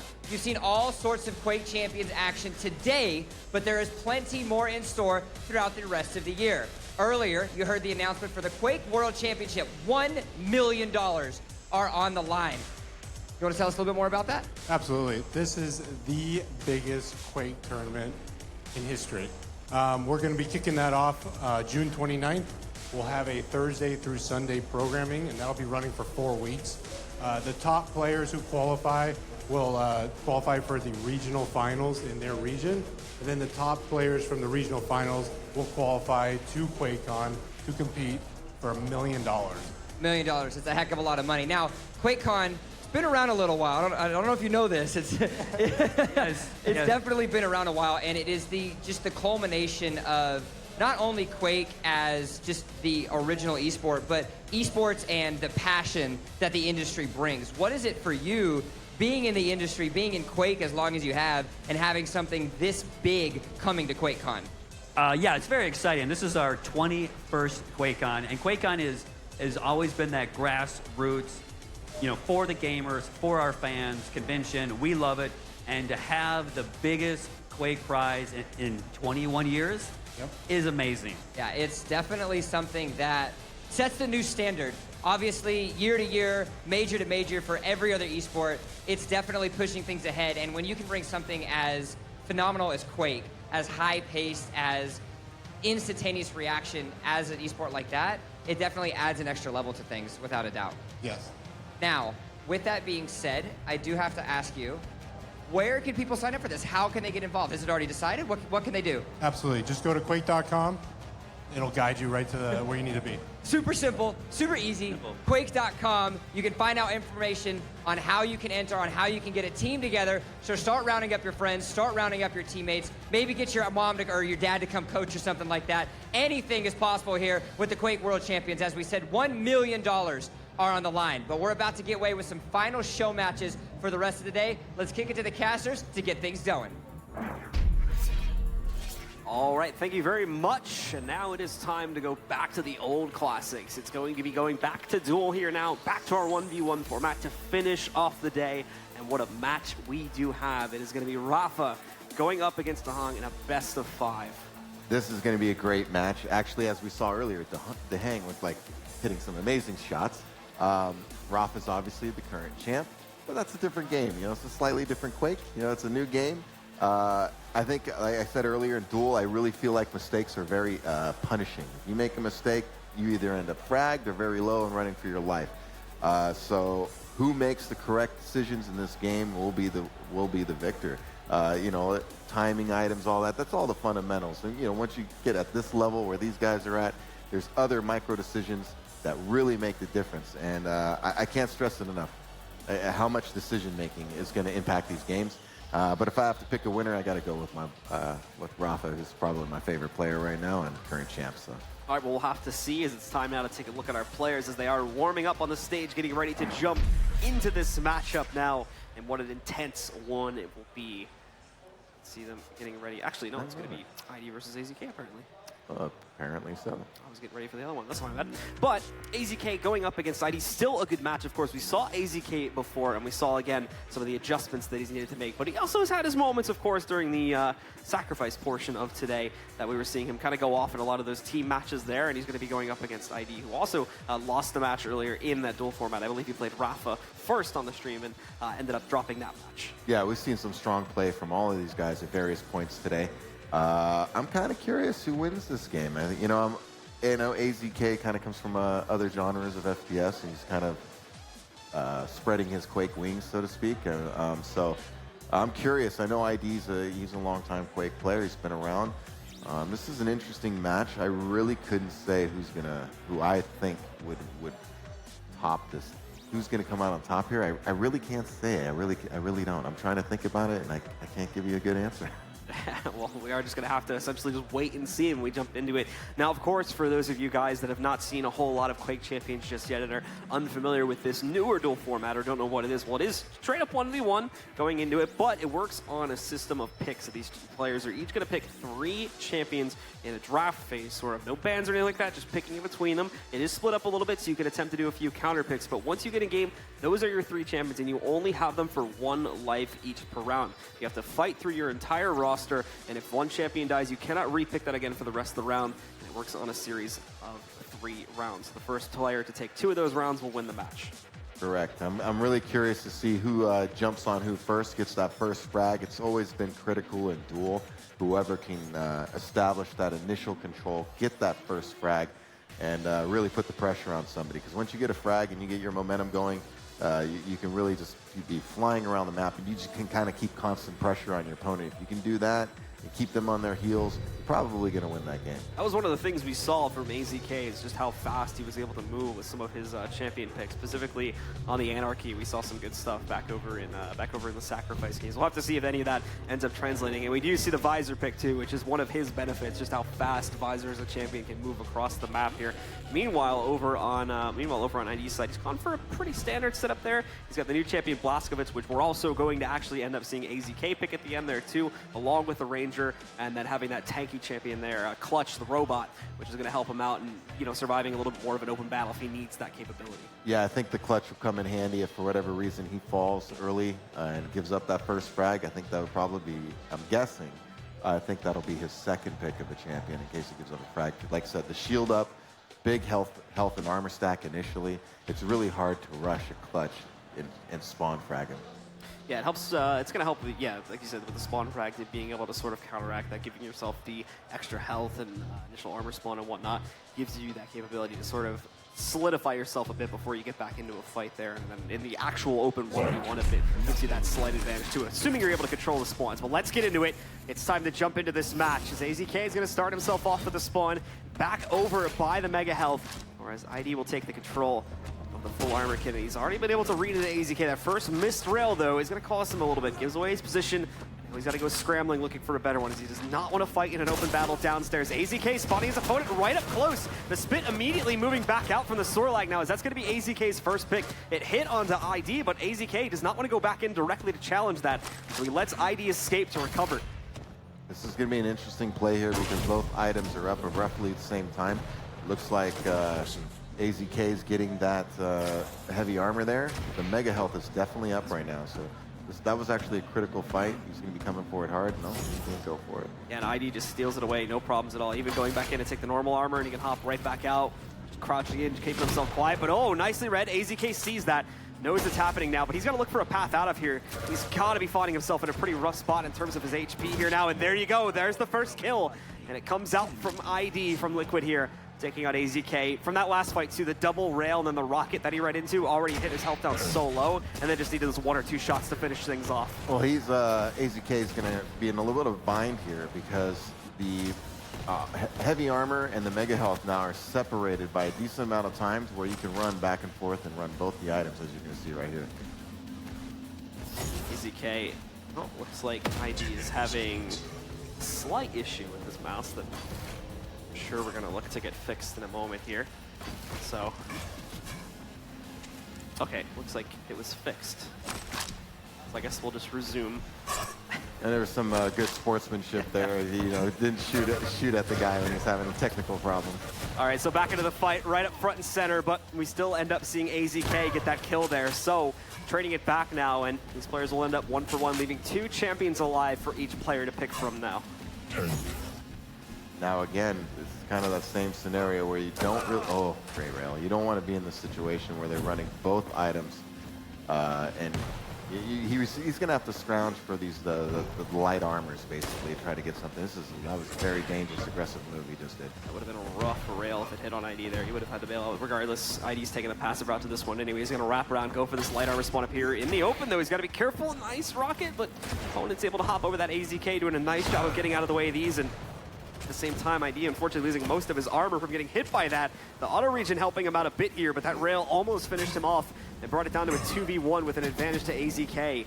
AZK now on that visor, and in about 10 seconds, he is going to be able to slow down his roll a little bit and use his ability to try and read into what his opponent is doing. We'll see if he uses it immediately or tries to go down a more traditional route to start. Currently goes in, gets that armor spawn, though, as he's controlling most of the power-ups right now. He has it up, didn't even actually need it. As soon as he popped it, he spotted his opponent. But under normal circumstances, as you can see, it allows you to see through walls, basically a free wall hack there, and lets you see your opponent for a limited amount of time.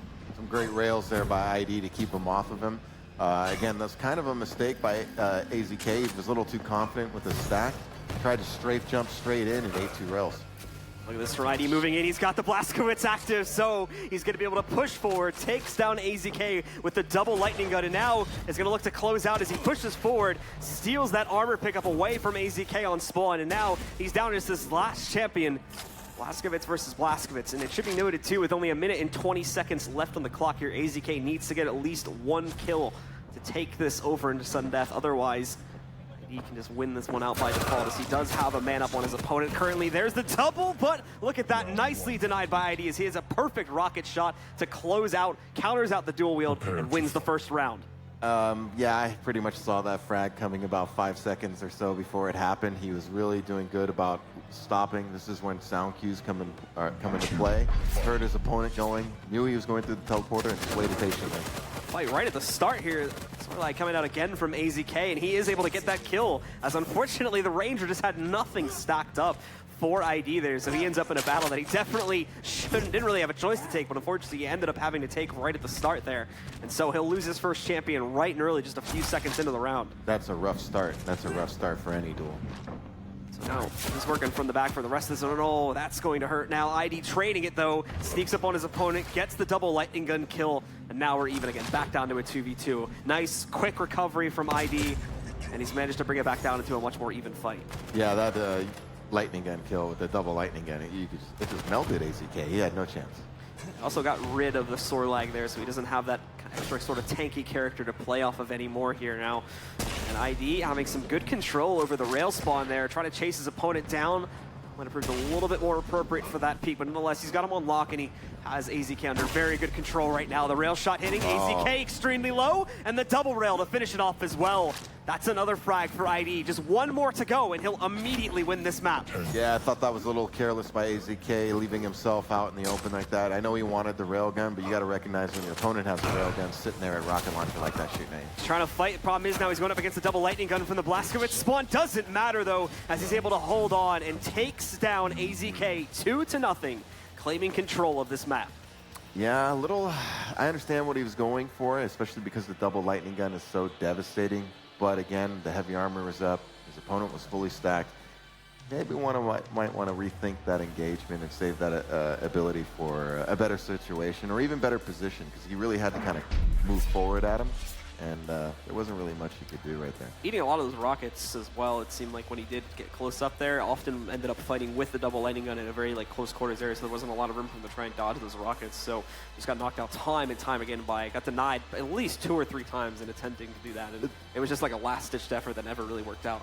There's a fine line in Quake between strafe jumping and strafe jumping too much, and letting your opponents know where you're coming from. In fact, there was a situation there when he was at rocket launcher, and he had a ID on the other side by the portal, and I felt like he had an advantage, but he lost that advantage by deciding, oh, I'm just going to push. But he didn't really seem like he put any thought into how he was going to push, and because he strafe jumped straight in, he ate 2 straight rails from ID, which was a very simple shot for him because he's going through that little doorway, and he should have maybe thought about how to approach that attack maybe a little better. It's not a lot of room to maneuver there. And ID, one of the great things he was doing was controlling those choke points and being able to really just push AZK into a corner, especially on round 2, and he had him on visor there. Secured that kill beautifully just by locking him into one corner. Didn't give AZK any options for pickups or just any additional health to try and save himself or anything like that. He just had that one little room across from where the rocket spawn usually is, and was able to lock him down there and take him out just a few seconds later.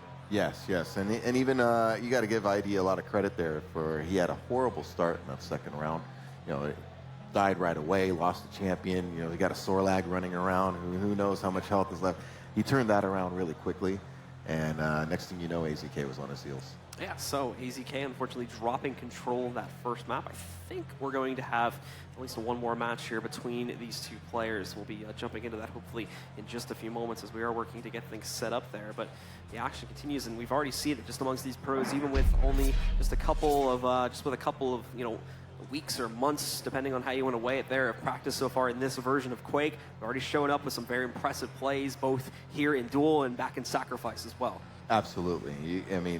Their accuracy with all the weapons they're using, you can just see how top-notch they are. Their movement, we were commenting on AZK flying around the map earlier with Anarchy and all the players. They're just flying around the map, really showcasing what the game is capable of.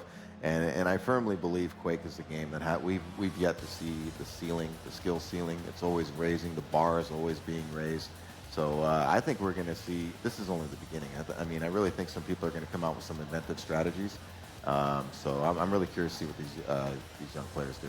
Yeah, absolutely. And it's going to be interesting. We've talked about it a few times already, but it's going to be very interesting to see how the new players end up coming into fruition here as well in Quake, because obviously we have here today a lot of the older pros and whatnot, and a lot of the older pros coming in from some of the other versions of Quake, but it's going to be very interesting to see how some of these newer players show up to the table fresh to Quake, but bring just as much skill, if not more, than some of these older pros and what they can offer on the Quake champion circuit.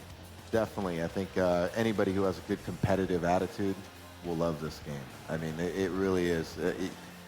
I hate to lose. Anybody, I hate to lose. And one of the things when I got into Quake is I felt like I got to get better. I got to beat these guys. I just felt like even though I lost or this and that, I would just stick with it. And that's what I would say for any new player who's trying to get better at Quake or wants to start Quake. Just stick with it. You will be rewarded. Your skill will be rewarded. And like I said before, you can transfer those skills from Quake to any first-person shooter out there. I guarantee you will already be in that top percentile of players just because of your Quake background. The great thing here too about the duel format is that it is one of the great 1v1 games, and a lot of those have kind of come out of the main view of a lot of gaming for quite some time here. Whereas there's something very unique about 1v1. A lot of players will find themselves getting frustrated with or the teammate, which of course you have that in Quake, you have sacrifice there, but some players will find themselves getting frustrated with that dynamic just because of like bad teammates or whatever, whereas in 1v1 it's a pure test of your own skill. And at the end of the day, you only have yourself to blame if something goes wrong. You can't go pinning it on a teammate or something like that. That's right, that's right. You only have one person to be mad at when you lose, and that's yourself. So the only person you can be critical about in duel is yourself. And that's why I encourage people to, when you lose and stuff, rewatch your matches, try to spot things, and you'll get better. Well, our players are jumping into the pick now. We already have a Visor and an Anarchy pick onto the table, and they'll continue going through with it, looking like pretty similar picks to what we saw before. AZK, I think, taking a little bit more movement, a little bit less damage focus overall by going for the Anarchy this time. Meanwhile, we're going to see a Nyx pick as well, which is something that I think, for me personally, I was seeing a lot of in those first few weeks of the open beta, but I think it kind of went out a little bit, and I'm not seeing it personally, at least just looking at like Pro Demos one. I haven't seen it picked as much anymore, just because of how easy she is to knock out of a duel. Yeah, even though she has a good escape or her invisibility, it's on a fairly long cooldown, so you can't just use it again, and it's only 3 seconds. So if you're in a hurt position and your opponent kind of has an idea where you're going to be headed, there's no guarantee you're going to get away regardless. And then, as I mentioned earlier, these smaller characters in close quarters combat with the rocket launcher, they are at a disadvantage because they are a little lighter, so they better make sure they have that mega health and the heavy armor when they get into those fights. Well, it's time to jump back into it, of course. Make some noise, ladies and gentlemen. We have AZK going up against ID. We'll see, once again, who can come out on top here on our second map between these two players here. And immediately, ID finds his opponent, AZK, into a great position, already forcing him to pop the injection, too, and running down. He still has him as a great health position, but that rail definitely hurt a bit. He's going to try to lessen his hitbox a little bit by crouching down, but ultimately, he does allow for AZK to escape. And at the end of the day, in terms of the overall health pools, neither one comes out on top, but it's still going to allow for ID to move out, pick up this mega health, and now try to lock down his opponent. But no, he lets him get away with the full armor pickup. So both players able to trade evenly with what they get away with here. Well, ID made a good play backing away and grabbing the mega health, and he actually set up the proper shot to kill him before he got that heavy armor. He just missed it. But it was actually a smart play what he did. So I believe we did end up seeing AZK disconnect there, so we're going to try and get him back in really quickly and see if we can continue this. But that first battle, again, we almost saw another frag right at the start of the map like we had back before on our last map there, where it was like an immediate pickup for ID, kind of messing himself over. Didn't expect the aggressive sword lag back on the last map there. We almost saw that happen again, but this time ID having a great position against AZK. Didn't even realize his opponent was jumping up to him on the right, and just that lightning gun, a huge trail of damage, almost took him out right there. But he was barely able to get out of it. Thankfully, AZK hit that one rail shot, forced ID to play a little more passively for those few seconds, and that's exactly what he needed to kind of get out of their escape and keep himself alive to not lose that champion right at the start. Yeah, and it's kind of interesting, like I said, I think Rafa was talking earlier on stage a little bit about it, knowing when to engage and when not to, and when to disengage. And he recognized that whoever hit the next shot was going to win that fight. You don't want to be in a position, again, I'm talking about top-level players, everybody hits shots, everybody has great aim. You don't want to be in a position where it's just my aim versus your aim, and whoever hits the next shot wins. Flip a coin, man. You want to have an advantage. You do. So that when he backed off, that's really good strategic play. He knew the mega was up. He got a little more stacked, and then he used the heavy armor as bait. And although he missed the shot, if you watch the replay, or if we saw the replay, AZK really did jump right over his vision. If he hits that shot, AZK is dead. He has the heavy armor. He has the map. He has that map on lock at that point. So actually, he made a great play there. He just missed the shot, and that's what happens. All right, well, we are still working on fixing a small technical issue, folks, but while we are doing that, we're going to send it back over to Bill. Thanks a lot, guys. Jump here, and I'm joined by Lil Siha, and you have had quite the experience thus far across the board when it comes to E3. What has it been like for you here for 2017? It's been really intense. Adding like the aspect of bringing in consumers is like really big, but it's kind of nice to see them like all sparkly-eyed, I guess is the best word. Seeing them see everything for the first time is really, really nice. To be honest, Bethesda always kind of steals it for me because they have like walkthrough experiences, so you're not just standing there in line all the time. You can actually go see like different statues that they put up and collect. Almost like you're not even waiting in line. Exactly. You're just standing there and you're enjoying the environment. Waiting through. It's really nice. Yeah, everything that it has. Now, you got to do it before. Is this your first E3 or did you do E3? I've been coming to E3 for 4 years. The first time I actually snuck in with someone else's badge because I like wasn't in the industry at all at the time. And now I'm here with Ubisoft as a host. So. Okay, that's awesome. That's really so you're a veteran. You've got the badge. Yes. You've got everything. Yeah. So being open to consumers the way now, you've got what was it, 15,000 general admission expo passes that were sold. What has that done to really alter the experience on E3 as a whole in really just bringing a whole new look and feel to E3? I mean, of course it's busier, so there's a lot of complaints about like the wait times for lines and stuff, but to be honest, it brings a whole new amount of passion because it's not just people here to like go to appointments and like meet and make it all businessy and stuff. There's people here that are like, oh my god, this is amazing. So it brings a lot more love, I think, to the convention. It's definitely special because you see some of these developers that have been working on these games for years, whether it be a new title or an old IP, and you know they're just walking the floor to the meeting, and you can see when they're getting recognized because you got everybody that they're just like, oh look, there they go, it's there, it's there. I see them. So now, along with that being open to consumers for the first time, you're now seeing a chance for esports to get done. Now, what do you think esports really does to add to the experience as well? What is what about it? What is like bringing esports to E3? So it's known generally for more of a trade show and kind of a showcase for new products, new type of whether it be marketing schemes, colors, rebrands, and games, of course. What do you think esports does to kind of add to that? I think it adds a lot of variety. So you're not just saying like, oh, E3 is just waiting in lines to play games and stuff, or business meetings, depending on what you're here for. It adds in a whole new level of entertainment here. So maybe if you don't really want to check out the games, or you're kind of just done and you just want to hang out and enjoy some competition, I think it's a great way to add entertainment to the show. Yeah, for sure. And obviously it sets up for the $1 million prize pool later on this year. Now, we have to reel it back. I have to ask you, what are you most excited for? What have you seen that's really kind of caught your eye? I know there's a lot. I never played the first Evil Within, but the second one, when they showed it at Bethesda Land, I was like, woo, that's insane. So I'm stoked about that. Wolfenstein 2 looks awesome too. I love Bethesda. But non-Bethesda related, South Park looks amazing. I got to play it a little bit. It was pretty cool. And then, of course, like I said, like the walkthroughs at Bethesda are super, super amazing. If you're here, go walk through it because it's awesome. One word, experience. That's what it really brings to the table here at E3. But again, this is for esports. This is the E3 Esports Zone powered by ESL. Do not forget, we are still allowing those applications and submissions to get into the beta. Just wait in line, get you something going, and get started. We are about ready to get back into the show matches, so we're going to kick it back to the casters to get things started. All right, thanks very much, Jump. And yeah, we are getting ready to restart that last match there after we did have a little bit of an issue with working it, and I believe we have pretty much fixed it now. So as soon as we have resolved that, we'll be jumping back into the match and continuing the action here at E3 for Quake.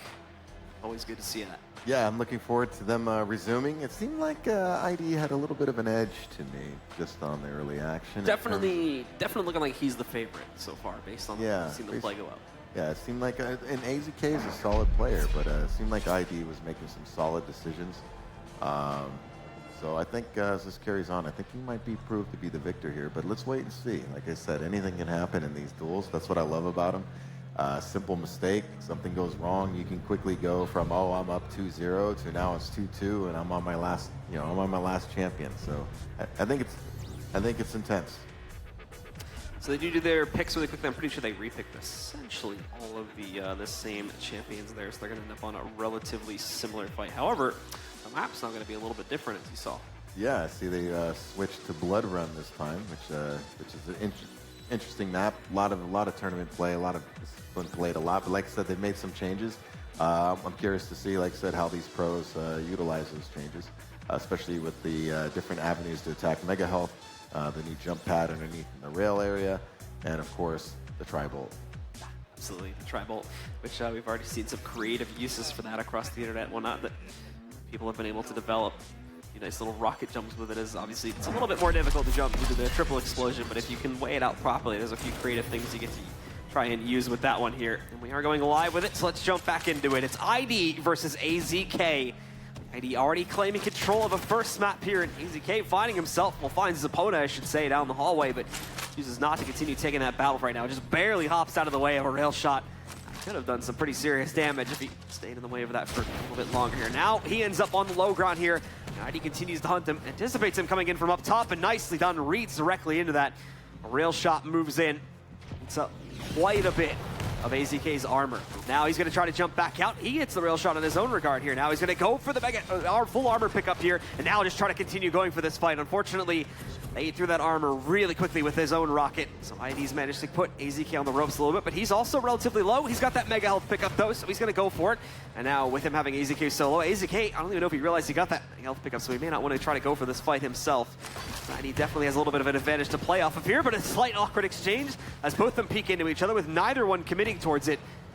ID playing so passive right now, almost misses that cross from AZK. Now they're out in the open. It's a rail versus rail battle, one which AZK is going to ultimately win as it pushes back ID for a second time now and forces him back to try to go recover some health and armor. A little mistake there by ID. One, he came around the corner, was a little unlucky, he ran out of rocket ammo, but two, he just jumped down and he totally missed the rocket launcher. He only picked up the 5-pack of ammo, so that might come back to hurt him. He only has 5 rocket shots, and now he's out of rails too.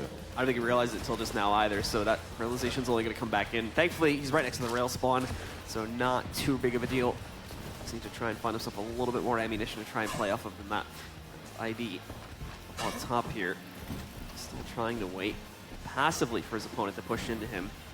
On his toe, nicely done actually. ID reads into that rocket and collides head on with AZK, so again taking a lot of damage for it, and now he's going to lose the full armor pickup as ID just swings past him, goes for that pickup, and then takes him out with a rail. Yeah, great prediction rocket to set up that kill, and then coming through the teleporter aggressively, making that calculated risk, knowing that, you know what, my stack's more than yours, and he went for it. It was a good play. So ID is going to continue to lurk down below the map, but moves over towards top control now as there's about 5 seconds until we see the full armor kit coming back up again. Nice rocket from AZK doing almost the full damage, but now the spawn coming back in. AZK knows it, however, he's not going to be able to do much to be able to stop it. Even Sarlag Spit does not connect up on top, so he manages to avoid all of that damage and continues to do massive amounts of damage to AZK. He can't be doing too great. He's managed to pick up a few things and is still essentially at full HP, just 20 off of that with the 150.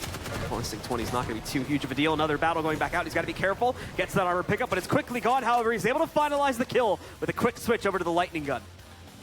Just when I said he made a good decision earlier, that probably wasn't the greatest decision.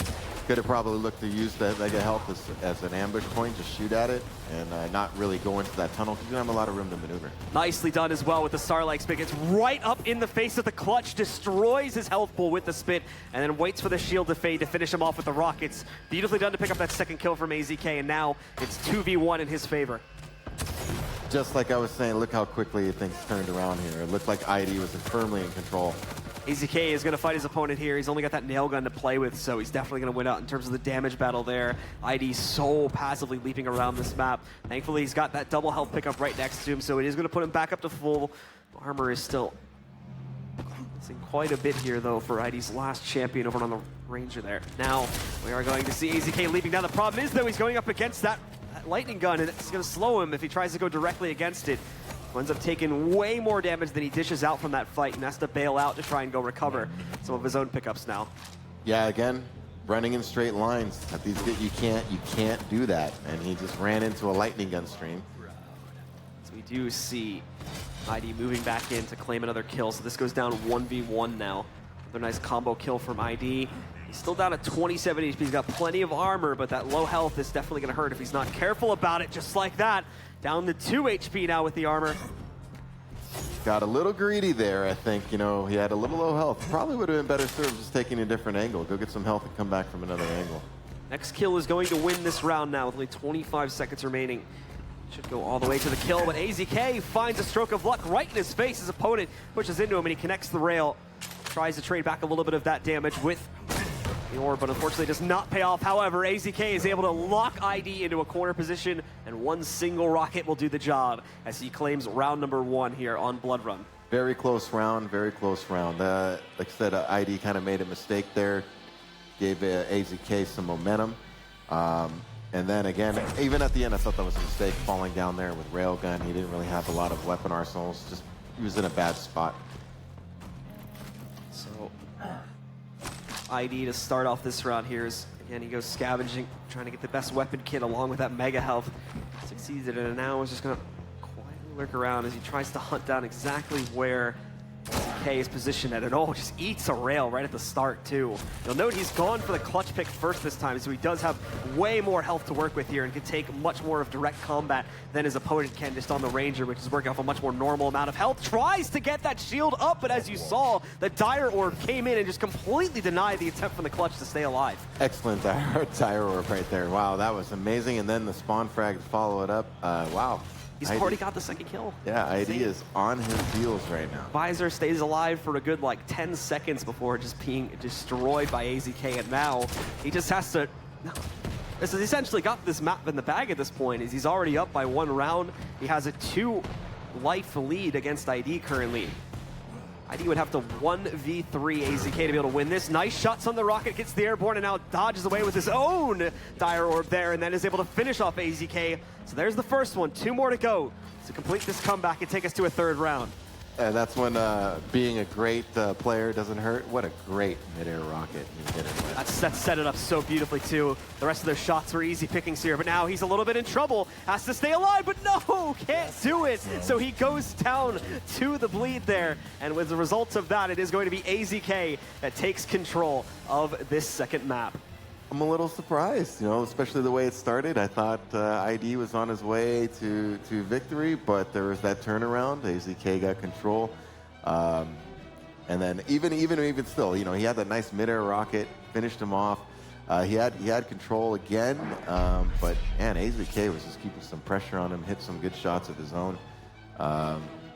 What can you say? These guys are great. That's one of the many strengths of the storyline there in the 1v1 is if you can get your opponent low enough as a latch-dist effort, if you think you're going to lose that duel, you can just go dive back in, see if you can get any additional hits there off the spit, and then if you have them low enough, then the spit's just going to finish them off for you unless they're right next to a health pickup. Yeah, he was a little low there, and especially this is what I think gets really intense with this current format is, he died twice, he's on his last champion. Granted, there's time on the clock, but you can't die again. That puts an immense amount of pressure on you. It really does. You can't die. There's no coming back. That's it. So, yeah, it was well played by AZK. It was a big turnaround. Stuck with it. Like I said, it wasn't starting off that great for him. And that just tells you, stick with it. You got to keep your mind sharp, keep thinking, keep playing. And, he was able to turn it around. It was a good performance. So these players have been able to go 1-1 against each other so far on the maps, with ID claiming our first game and now AZK taking the second one. There's still more to be played here, of course. So still the ultimate victory to decide between these two players here and see which truly is the better one of our show matches today. Yeah, I'm curious about the rubber match now. Now we got, it's 1-1. Let's see who wins the third, I hope. I want to see how many matches are they going with this anyway? I believe we're attempting to do all 5 maps currently. But oh, nice. Have to see if we'll go to completion on all 5 of those, of course, as we'll be looking to jump into the third one here in just a few moments, just giving the players a little bit of a breather. And so with those players being given a breather, we're actually looking like we're going to change some of our players up now. We are going to go back to the match that we discussed before, which is the Dehang versus Rafa match. Interesting. Again, Dehang was showing just great skill earlier, with especially the railgun, man. He was just hitting some shots. This just dumbfounded me, It's like, but Rafa is Rafa, and I can't. Again, I'm going to go back to decision making, and I feel like that is going to win the game here. Rafa is also fantastic hitting his shots, but those little micro decisions that I say influence a match. I think we're going to see it in play right now, and you're going to see why he's the champ. I think he's probably going to beat Dehang. We saw some great stuff from Dehang earlier in his capability to just win out these hero situations like 1v2s, almost a few 1v3s as well. That he was getting very close to being able to pull off back on Sacrifice. The real question is going to be how well does that translate to the duel, and especially against Rafa. While we are waiting for the players to get set back up, we're going to send it over to Jump for a little bit more of a discussion. Thanks a lot, guys. I'm joined here with the #1 Alex, and again, another attendee of E3, and you've been to quite a few of them, am I correct? Yes, the past 3. So with the past 3, what do you feel that this current rendition, 2017 here at E3, has really done to kind of differ themselves from the previous years? It's definitely more busy, and I like it. I like to see so many people coming in, like, you know, it's now public, and it's really exciting to see all these people here, like, you know, to see all these amazing games that they got here. Passion and excitement has definitely been a consistent theme with a lot of people that we've talked about. Is you can see the fans. Not only do you have the developers and the other industry personnel that are just like, oh, I love it, this is awesome, this is cool, but you have fans coming in and they're like, I've seen this since the beginning, and look at it now, and it's really an interesting experience. But for the first, we also have esports coming to the stage for the first time. So with all of these different experiences, what do you think esports does to kind of change things up for E3? Oh, I mean, like, you know, to have all the competitions here, it's really exciting as well. Like, not only you get to see, like, you know, development side, you get to see, like, you know, the competitive side as well with esports, and it's really exciting to have this, like, you know, crowd as well, like, tuning into everything. They hype things up and get a little excited. So I'm hearing now, a lot of cheering, that's why. obviously, we're all gamers. Obviously, we play a lot of games. Yeah. What different games have you seen so far? Have you got to try any of them out? Yes, I've tried out Dissidia, actually. It's a Final Fantasy fighting game. I just played that like 30 minutes ago. It was amazing. Wait, what'd you think? It was so good. I want to play more, but I don't know if I can wait. Cool. Well, now, what haven't you got a chance to play, or what is one of the things that you're really excited for the most? Definitely Dragon Ball Fighter Z. That looks like really amazing. I just haven't got the chance to play it yet, unfortunately. Yeah, it's the fighting games have really gone up. Like you've got Injustice that came out. You've got Street Fighter 5 that's obviously making the mark. Tekken 7, oh my God. Tekken 7 is so much fun. So much fun, It's really just exciting all around. But we still do have some more show matches. We still do have some more excitement. Thank you, Alex, for coming. Thank you for having me. And hanging out. Yeah. Thank you. You got your makeup done. You're looking good. Everything's great. So we're going to kick it back over to the casters to get back into the matches, guys. We'll see you in a bit. All right, thank you very much, Jump. And yes, we are getting ready now for that penultimate match here, the 1v1 between Rafa and Dehang. And it is, as far as I've been told, now going to be a full best of 5. So that is definitely something to look forward to. Make sure you guys stick around. And if you are walking past and looking for something to do now, definitely going to want to stick around for that matchup, as that is one to keep your eyes on and one to watch here right at the start of Quake. What a better way to kick it off here, especially on LAN play as well. Yeah, I agree. I mean, first of all, just got the QuakeCon champion here. I mean, that's great, you know, for in terms of everybody's kind of getting a little piece of the champ today, see what they can do. Dehang's been around a long time. Like I said, I'm really looking forward to seeing this match. He's by no means any slouch. He's definitely going to give Rafa a run for his money. Again, whoever makes the better decisions is going to win this game. And like I said, Shane is Rafa. He's one of the smartest players I've ever experienced. I know Dehang's really really good as well. But if you made me make a choice, like I said, I think Rafa's going to be the winner in this little show match. Gotcha. Well, while we are still waiting for those players to set up, we're going to see. I believe we can take a look at some of the highlights from some of our previous matches and previous show matches so far that we've had today. Let's jump in and just take a look at some of the action that we've already had happening. Starting off with that last show match there, ID taking on AZK. So many good frags, so many close fights here, and it was so evenly matched as well. Both of these players able to claim at least one map off of the other one. Yeah, they both played fantastic. Unfortunately, you know, we got a schedule to keep over here. I'd love to just see these guys play all day. I just won't get sick of it. I could talk Quake until it'll probably make everybody on the stream bored. Because I could sit here watching these guys play all night and just be talking about it. This is great. This was a common theme that we did see as well with the Blazkowicz coming into play for AZK. He loved to try and push with the double lightning gun, but while it was working great in some of our earlier matches, especially in sacrifice mode, it didn't really work too well in that duel, and it ended up kind of leading to his death more than one time. But that spit from AZK on the Sorlag there against the clutch was so beautifully played, as he knew he was in a rough spot there, had to make a play, and he did it perfectly to claim that round, and then followed it through on the second one as well, continuing that action throughout the rest of this map on Blood Run. Yeah, and the Slipgate moved over to the Heavy Armory when he was up there to get that kill was great. And as we just saw a second ago, he threw another Slipgate towards the Mega Health, got to the Mega Health area, did a 180, and then railed him for the kill. That's just amazing.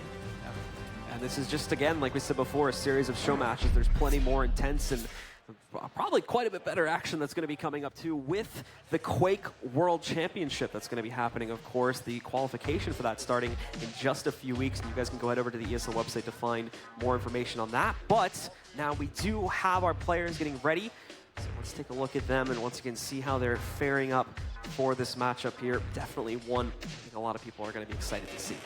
Yeah, definitely. Like I said, you got the champ and you got the Hang, who's a longtime pro. Again, you're going to see great shots from both guys. You're going to see smart play from both guys. It's going to come down to, a few critical moments here and there. I truly believe that. It's going to come down to who makes the critical decision at the right time.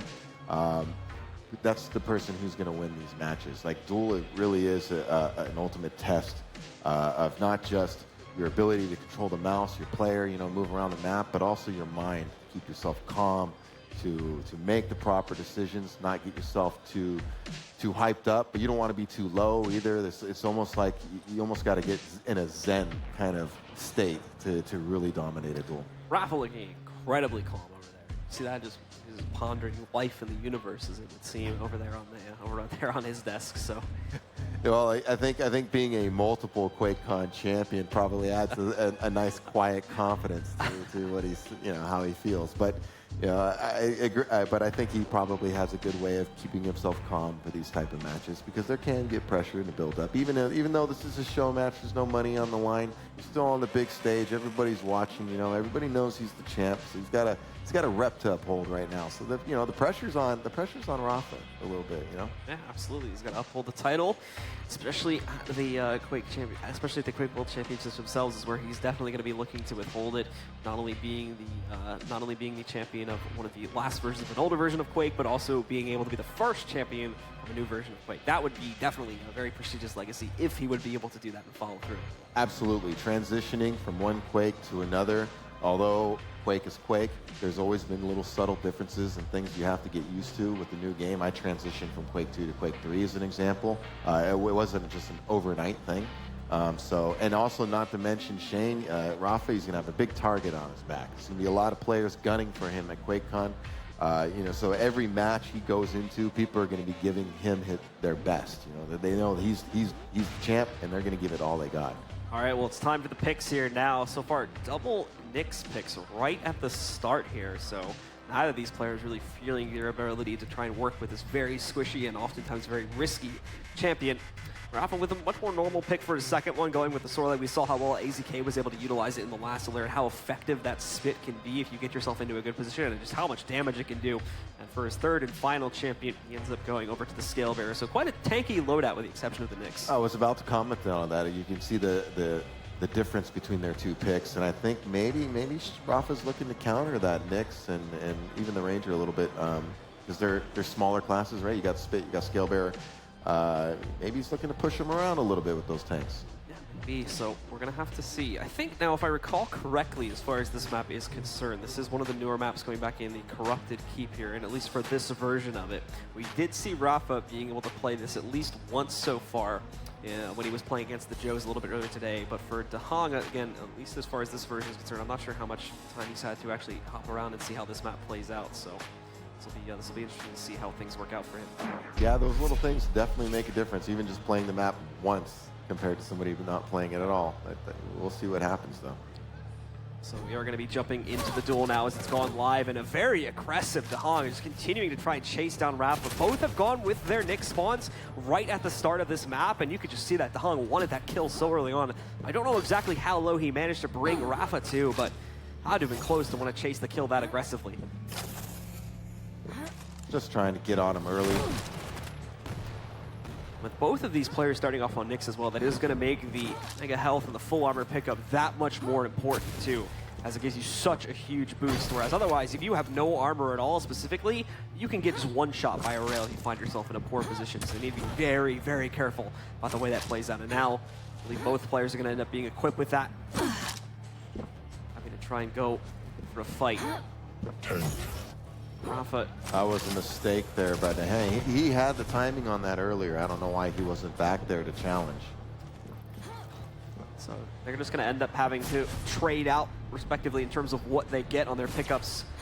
Another player able to kind of chain together both, but this is going to be a nice exchange. Dehang has his opponent in the air, but a great recovery from Rafa. It doesn't matter though, as both players end up going down, and now, oh no, they're going to end up spawning directly next to each other, getting right back into the fight. Dehang tries to run away, but Rafa, with the Sorlag spit, is able to finish him off before he can successfully get out of there and back to health. A little unlucky by Dehang. He spawned, right next to Sorlag.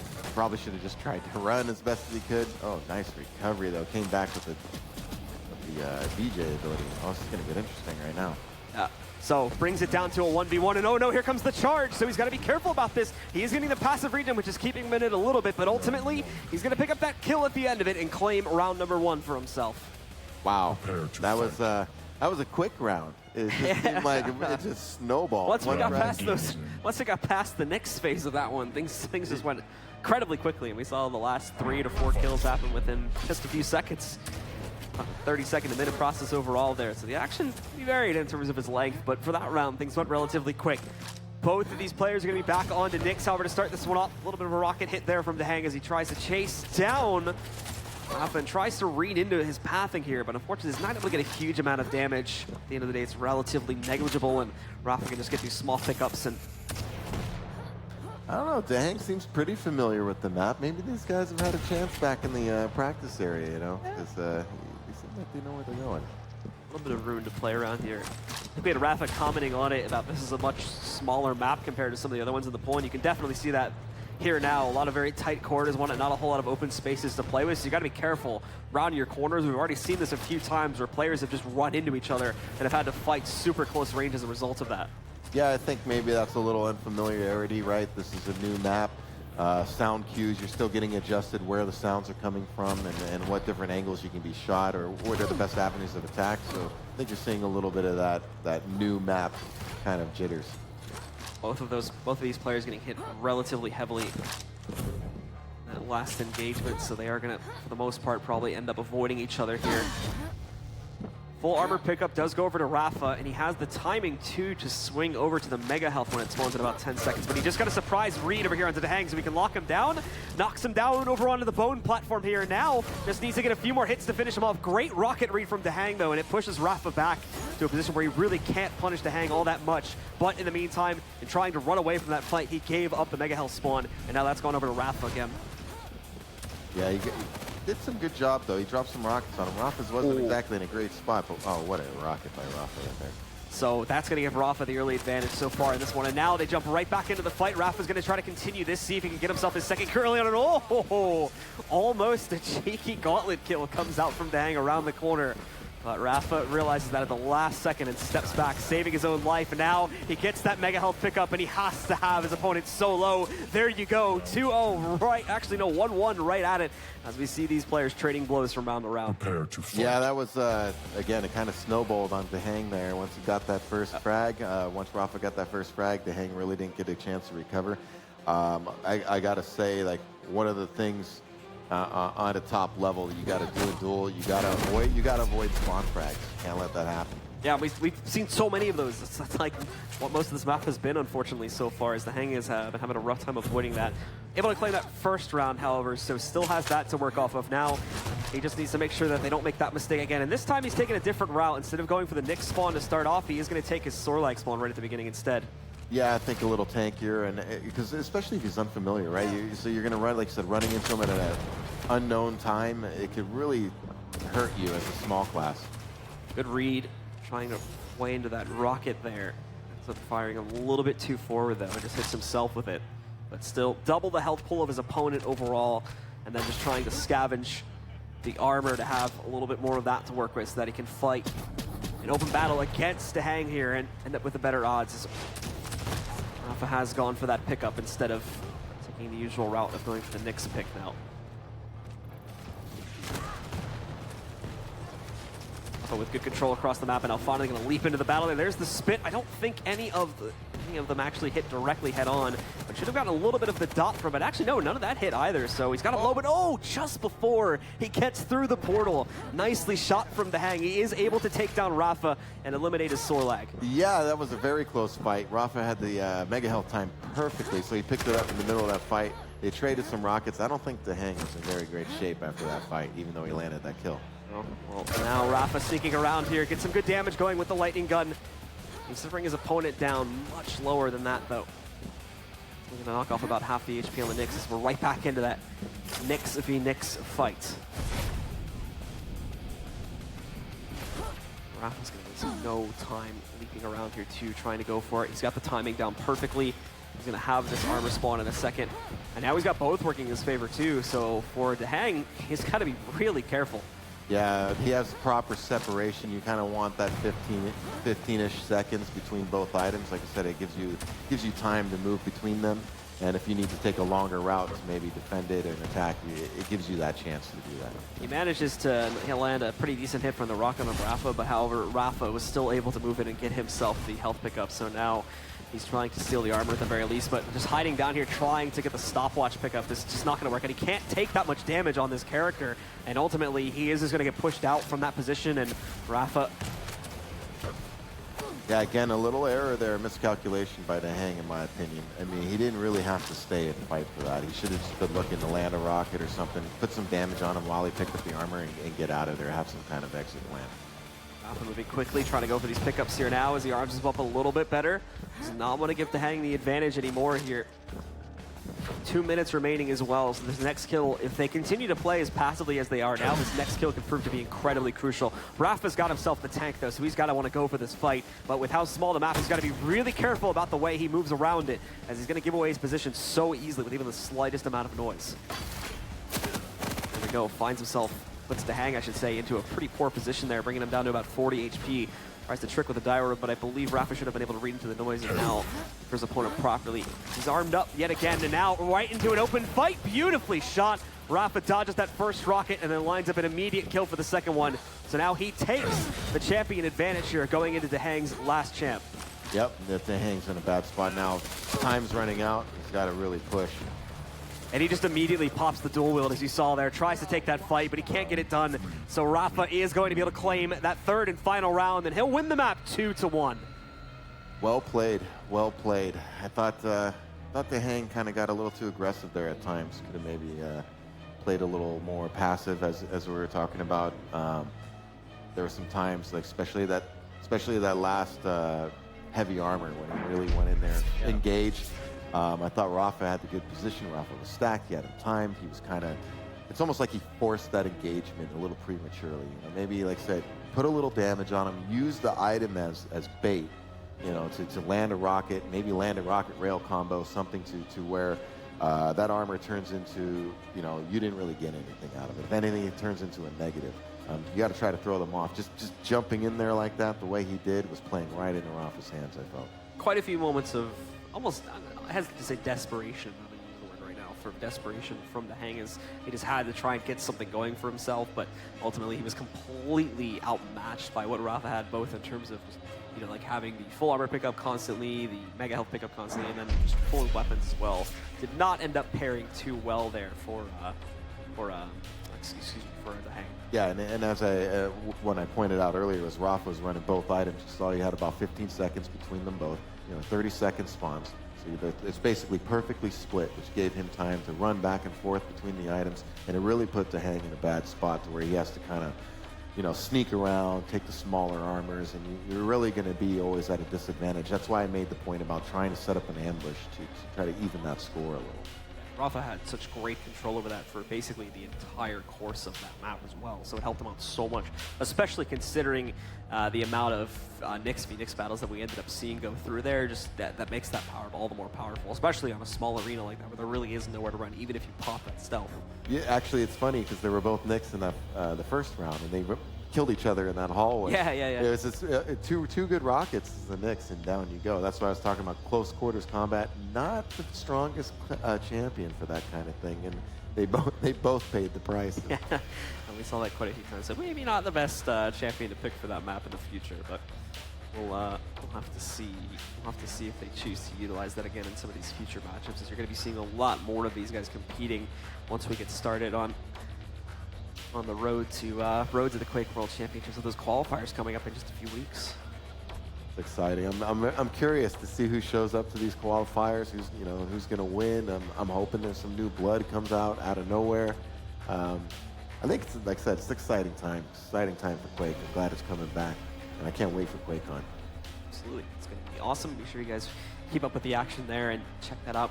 You can find more information on how you yourself can sign up for those qualifiers, lead yourself into the regionals, and then, of course, into QuakeCon after that over at the ESL Play website. Just setting this matchup again for these two players, and then we should be able to jump into our second map here. See if Rafa's going to be able to hold strong, or if a little bit more fight's going to come back in from the hang this time. Hopefully a little bit more of an open map for him. Yeah, I think if the hang makes a few better decisions. I mean, he can really give Rafa a run for his money. I really think that. He's got the skills. He does. This is, again, it's these little mental decisions that really make a difference in these games. And you can't make too many mistakes. I've played Rafa a duel, and let me tell you, he will punish you for making mistakes. So you got to be mentally sharp and just play your game. So both our players, as you can see, just getting ready to jump into this. And don't forget, guys, not only are we showcasing all of this action today, but we'll have plenty more of it coming up from tomorrow onwards as well. So be sure to come back either to the stream or to the booth, depending on where you are viewing us from. Check out some more of that action, as we'll be having plenty more show matches, Joes versus Joes, and other fun tomorrow as well. Definitely. There's going to be a lot of great matches tomorrow as well. There's going to be so much Quake. Just Quake all the time. This is, I'm in my wheelhouse right now, man. This is where I belong. You know, just talking about Quake all day and watching these guys play. These are great matches, so anybody should just, if you want to be entertained, just come and watch these pros play. You'll definitely have a little wow factor going on. Especially these matches here as well. Have the longer lines may not be too appetizing for some of the people walking around the convention, so maybe they want to kind of swing back over here and relax a little bit. But we've got an interview ready with Bill over on the couch, so we're going to send it over to him for a little bit. Thanks, guys. As we work out some stuff, and we're just hanging out on the couch, figured we might as well throw a microphone in our hand and see what we could do. I'm joined here by Ashley Ann with lots of everyone. E's. Hello. If you haven't noticed it by now, how are you doing? I'm doing pretty good. It's my first E3. I'm really enjoying it. Love walking around. Love seeing what E3 has to offer for industry partners and just goers of all alike, all gamers. It's amazing. Awesome. So now, tell the crowd what do you do? So I'm actually a streamer on Twitch TV. Yeah. I'm part of streamer, broadcaster, content creator. I help out a little bit with broadcast and shoutcasting with Razor every so often. Yeah. Do you want me to put you over on the desk there so you can shoutcast? I mean, I could definitely try. So now, I can't guarantee the most perfect performance. So you might give Blue a nice little breather break. He can a little bit of a break. Have a lozenge or something and try to help out. So this is your first E3. Correct. What do you think of the experience? We've had a lot of people that have come down and it's like, oh, this is my 4th, 5th, 6th. I've been to every E3. What is it like as a first-timer coming to this experience? It's definitely different on the aspect of being a content creator. If you look at it in comparison to conventions such as PAX, it's very network based and oriented. This is more of a showcase. It's showcasing games, and that's what I absolutely love about it. It's getting to know people, getting to know developers, what went into the games, and as a content creator, that's my favorite thing to learn about games. Why they made it, how they made it, and what else is going to be into it later on. And that's, I think, the biggest difference and my favorite thing about E3. And it gets you excited as well because it's not like, hey, play a little bit of this game and then wait forever. Some of these games, are coming out in later into 2018, but some of them are coming out this year, which I think is definitely awesome. But final question on this. This is the first time that esports is being brought to E3. So as a first timer, coming to E3, what's it like to see all of these showcases of products and games, but then also getting to experience something about esports? It's actually really amazing because it's showing the complete other side of gaming. A lot of times for people, gaming is not just a pastime, it's a passion, it's a career. And by showcasing it more as an esports, it's really bringing to light the potential that gaming has in general and that it is a career for some people. There's a big kind of controversy, I know, with older generations looking down on younger generations. It's a game, you're never gonna make it in life, but it's a real career. And I believe that esports here at E3 is really helping kind of seal the deal on that. Yeah, definitely pushing it forward and just taking it to a whole nother level. Well, we're gonna keep hanging out on the couch. We're comfortable. We've got some games to watch and we've got some casters ready to bring you guys all the excitement. Guys, it's all you.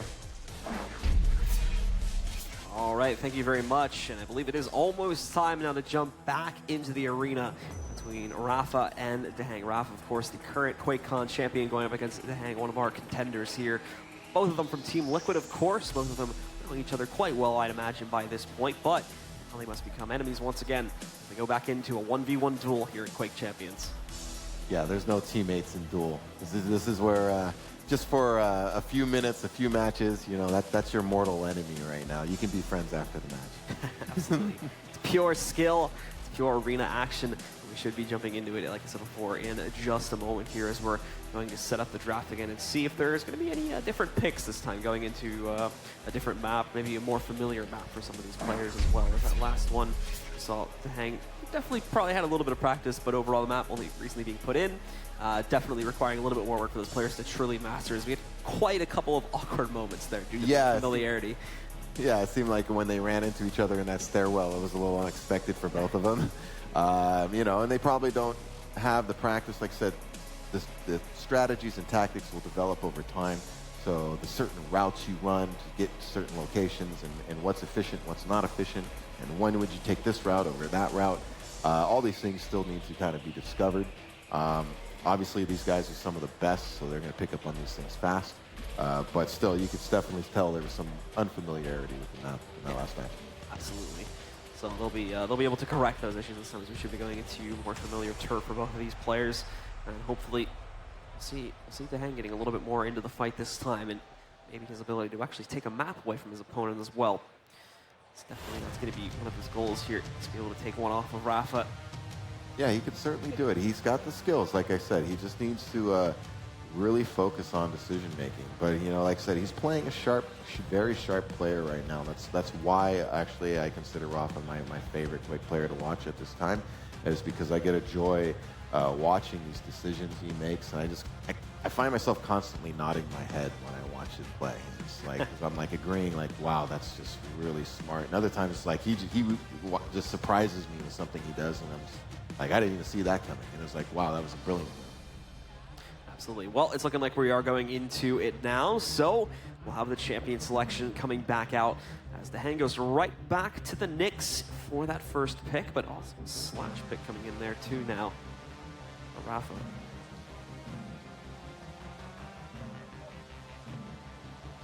Full roster ends up working its way in for Dehang there.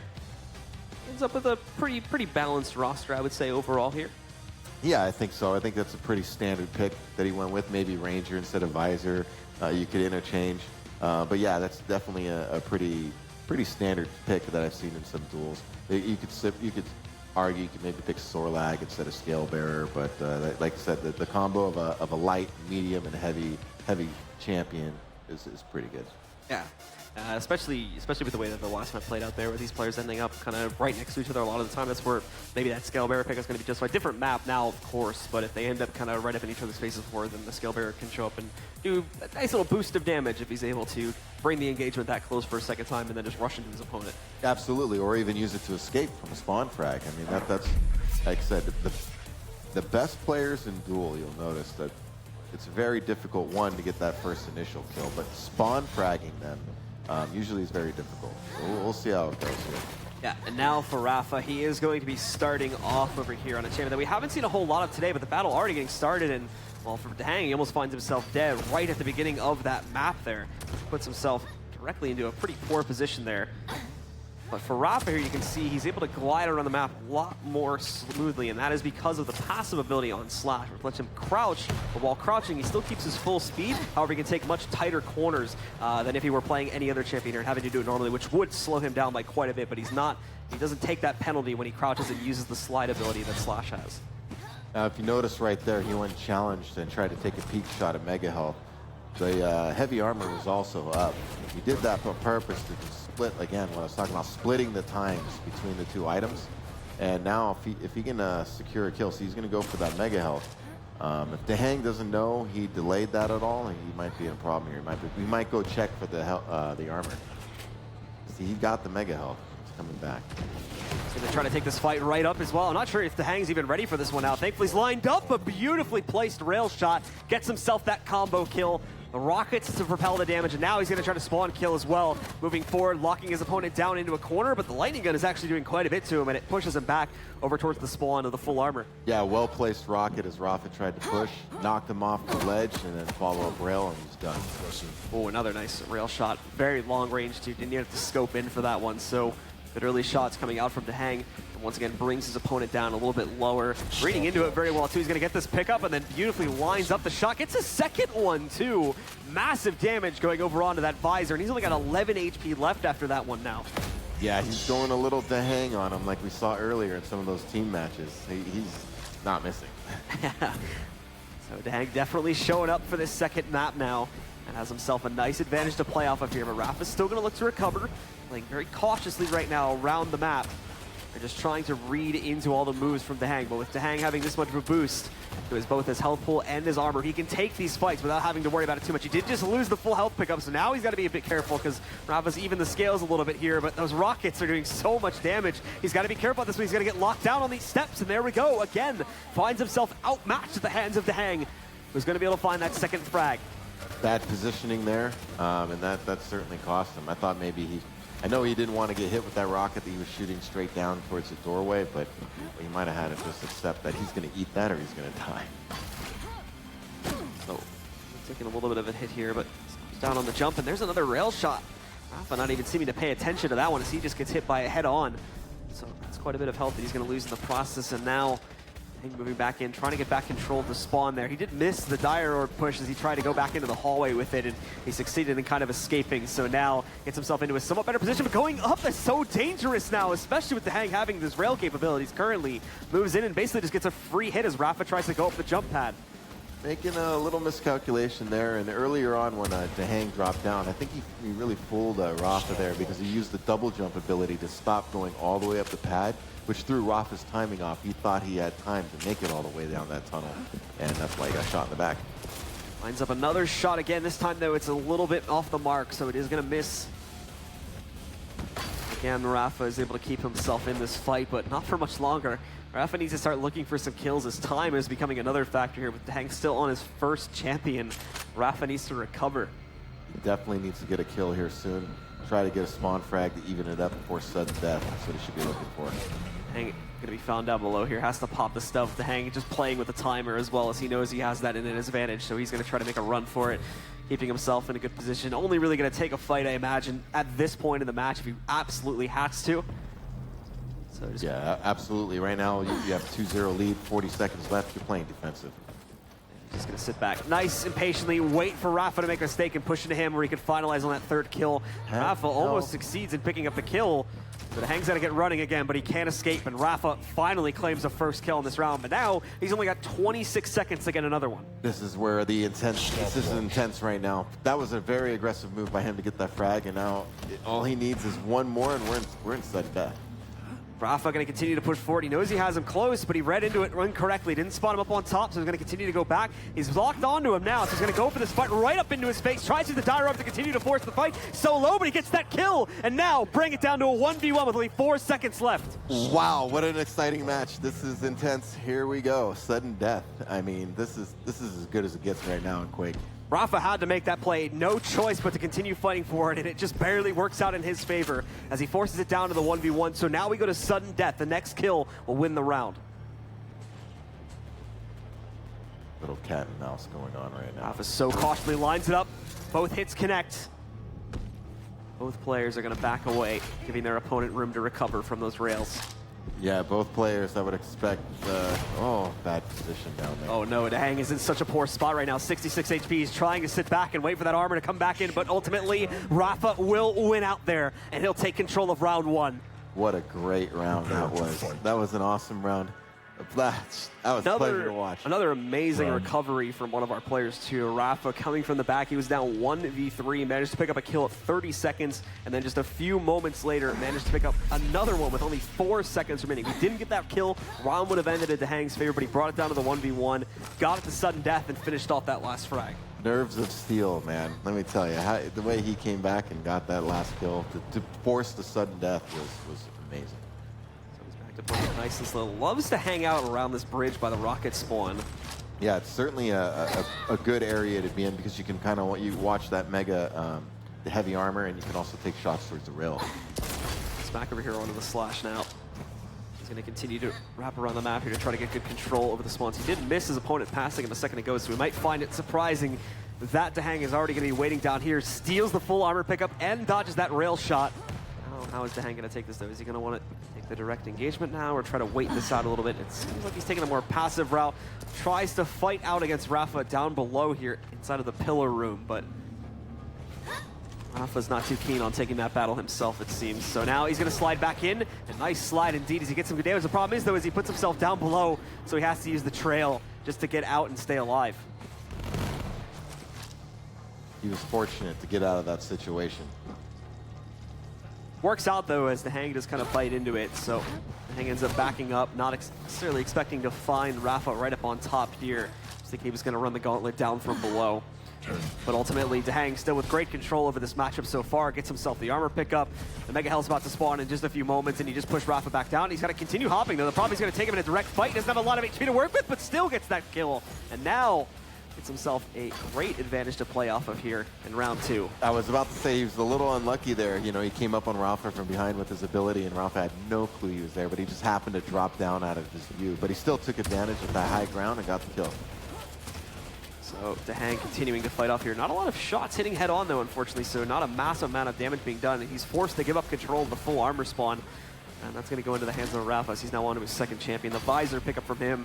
And this is where it becomes a little bit more difficult for Dahang, as Visor is going to have the capability to read into his position every time he uses his active ability. He gets that free, basically just the wall hack there that he's able to use, and he used it perfectly there to read into his opponent and now tie it back up at 2v2, where we have a Visor v Visor matchup. That was very close fight right there. Dahang had nice position with Nick's ability, but you know, it looked like Rafa just had a little more stack than he did. That was the difference. Rafa just reads into this nice play here, catches his opponent trying to work his way back in from those understeps. Should pick him up, and now, oh, he hesitated there. Had himself almost a perfect open opportunity to hit a rail shot, but ended up missing it. And now is actually going to use the wall hack to try and read into when he goes for those peaks. Hits that one shot, but takes a little bit of damage in his own regard, and was really not going to be too keen on actually chasing down Dahang here, so just goes back over to the full armor spawn. He's going to wait for that to roll up here in just a few seconds. Actually, he goes outside, so he may not be aware of the timer just yet. It's about to come back in. He's going to try to aggressively chase and see if he can knock him out, cornering him here. Great damage being done by Dahang, just can't complete the kill. It's looking like Rafa's going to choose to chase it, and it was a smart decision as well. Dahang not even paying attention, so Rafa just peeks right in and gets a free rail shot off. Yeah, I don't think he was expecting that aggressive maneuver. He knew the Mega Health was up on the other side. I think he made an assumption that Rafa was just running to the other side of the map to grab it. So now Rafa's got himself a nice little advantage to play off of here. Fully boosted health, full armor. Not going to have the boosted armor just yet as he missed that pickup, but hits a nice rock before going in, and he's able to follow through and finish off Dahang. That's just great prediction. That's just experience. Like he just made a read and made a judgment call on where he was going, and he was 100% right.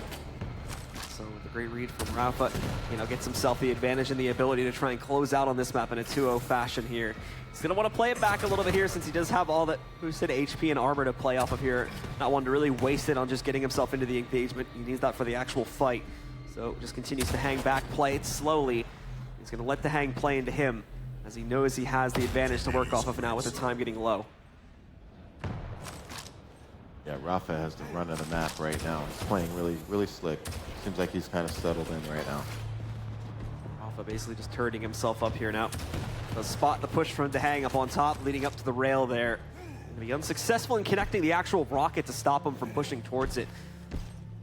But now, 20 seconds left here. Dahang has to take this battle, and Rafa knows that he's got him low, though. He's got him with that rocket chain, but that last one misses, so now he has to leap into the unknown where he is going to go down, and Rafa claims this map 2-0 as well. It was a good attempt there at the end by Dahang. He had to make a push, again, calculated risk. Maybe a couple rocket lands a little better than one or two of those rockets land a little better. Maybe he wins that battle right there.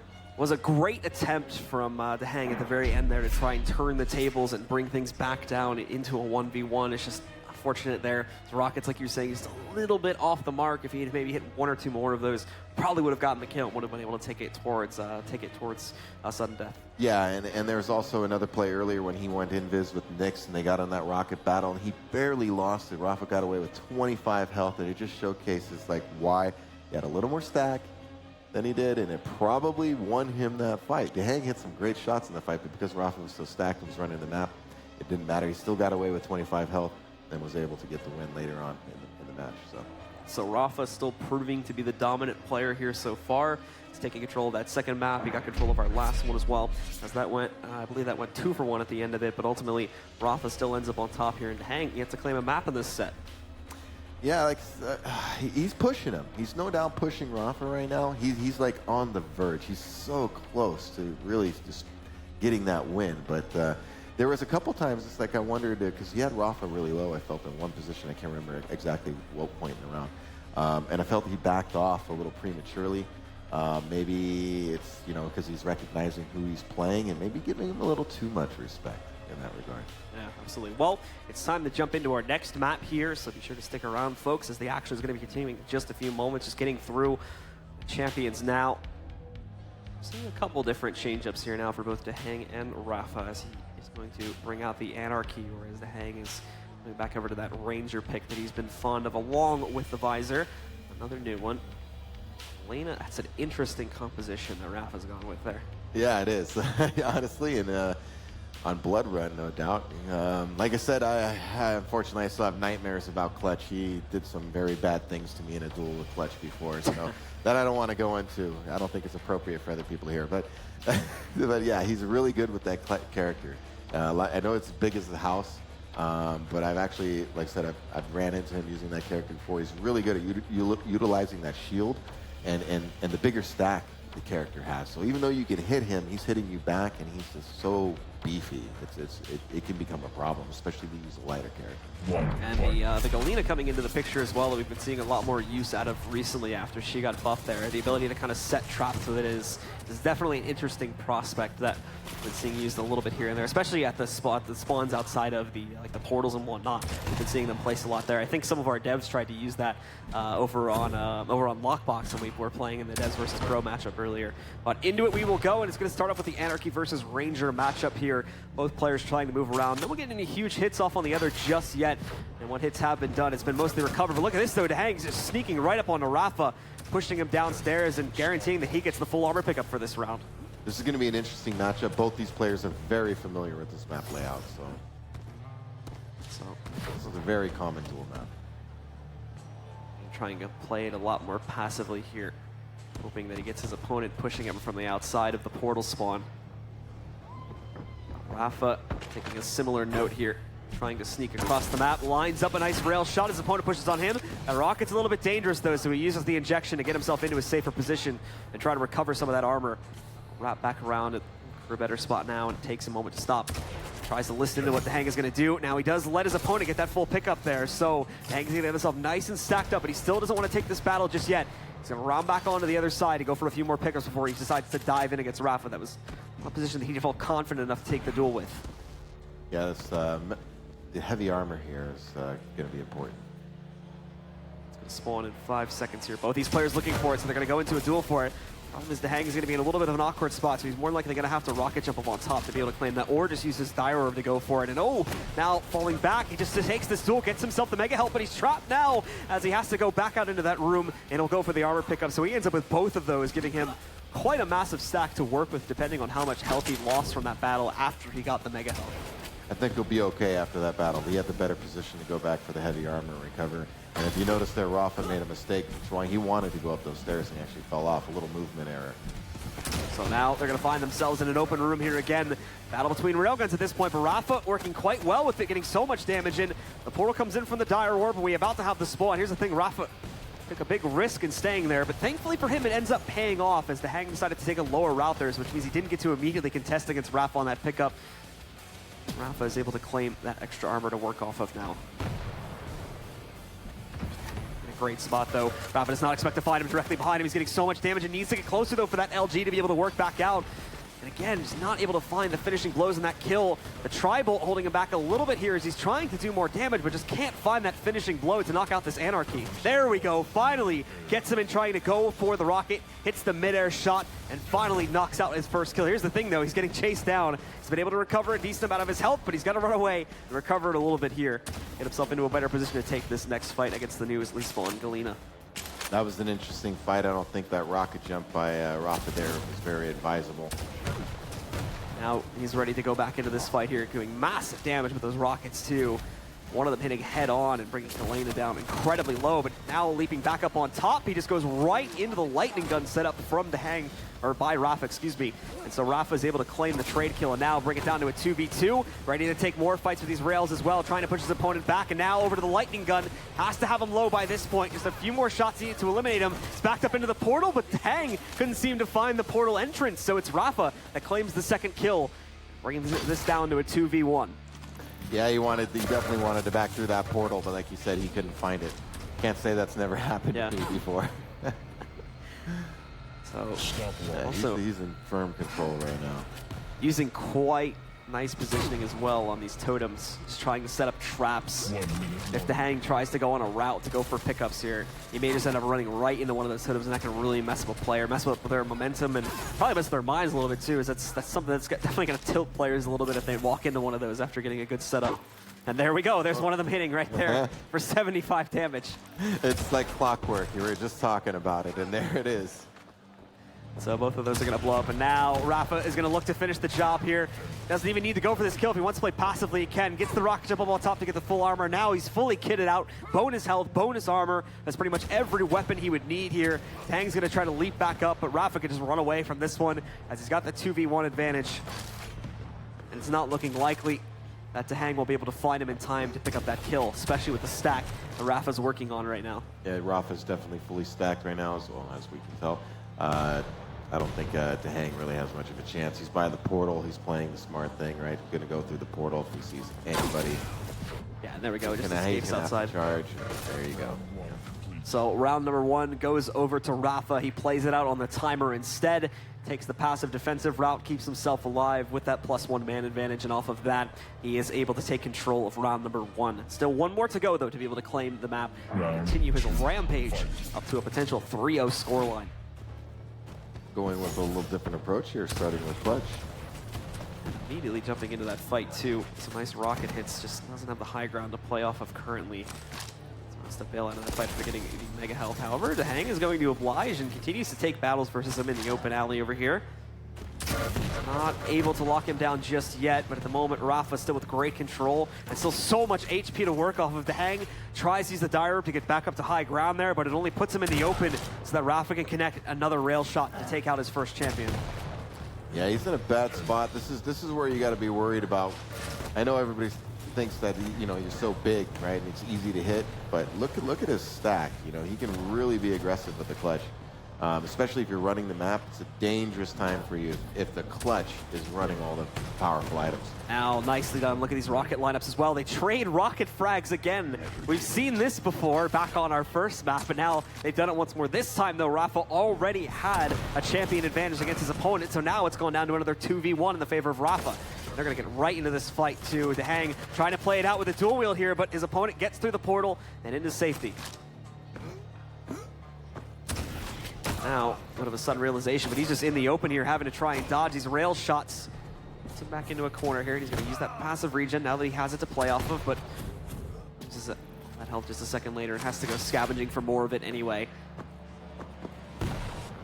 Yeah, again, just scavenging around, trying to build any stack he can. Oh my gosh, Rafa's in a bad spot. He was lucky to kind of get that heavy armor there. But still, he seems to have the firm control. Tahang just can't seem to get the timing down on these items. Looks like Rafa's waiting for mega health again. He needs to try to set an ambush somewhere. He's got to finish Rafa out, but that's easier said than done.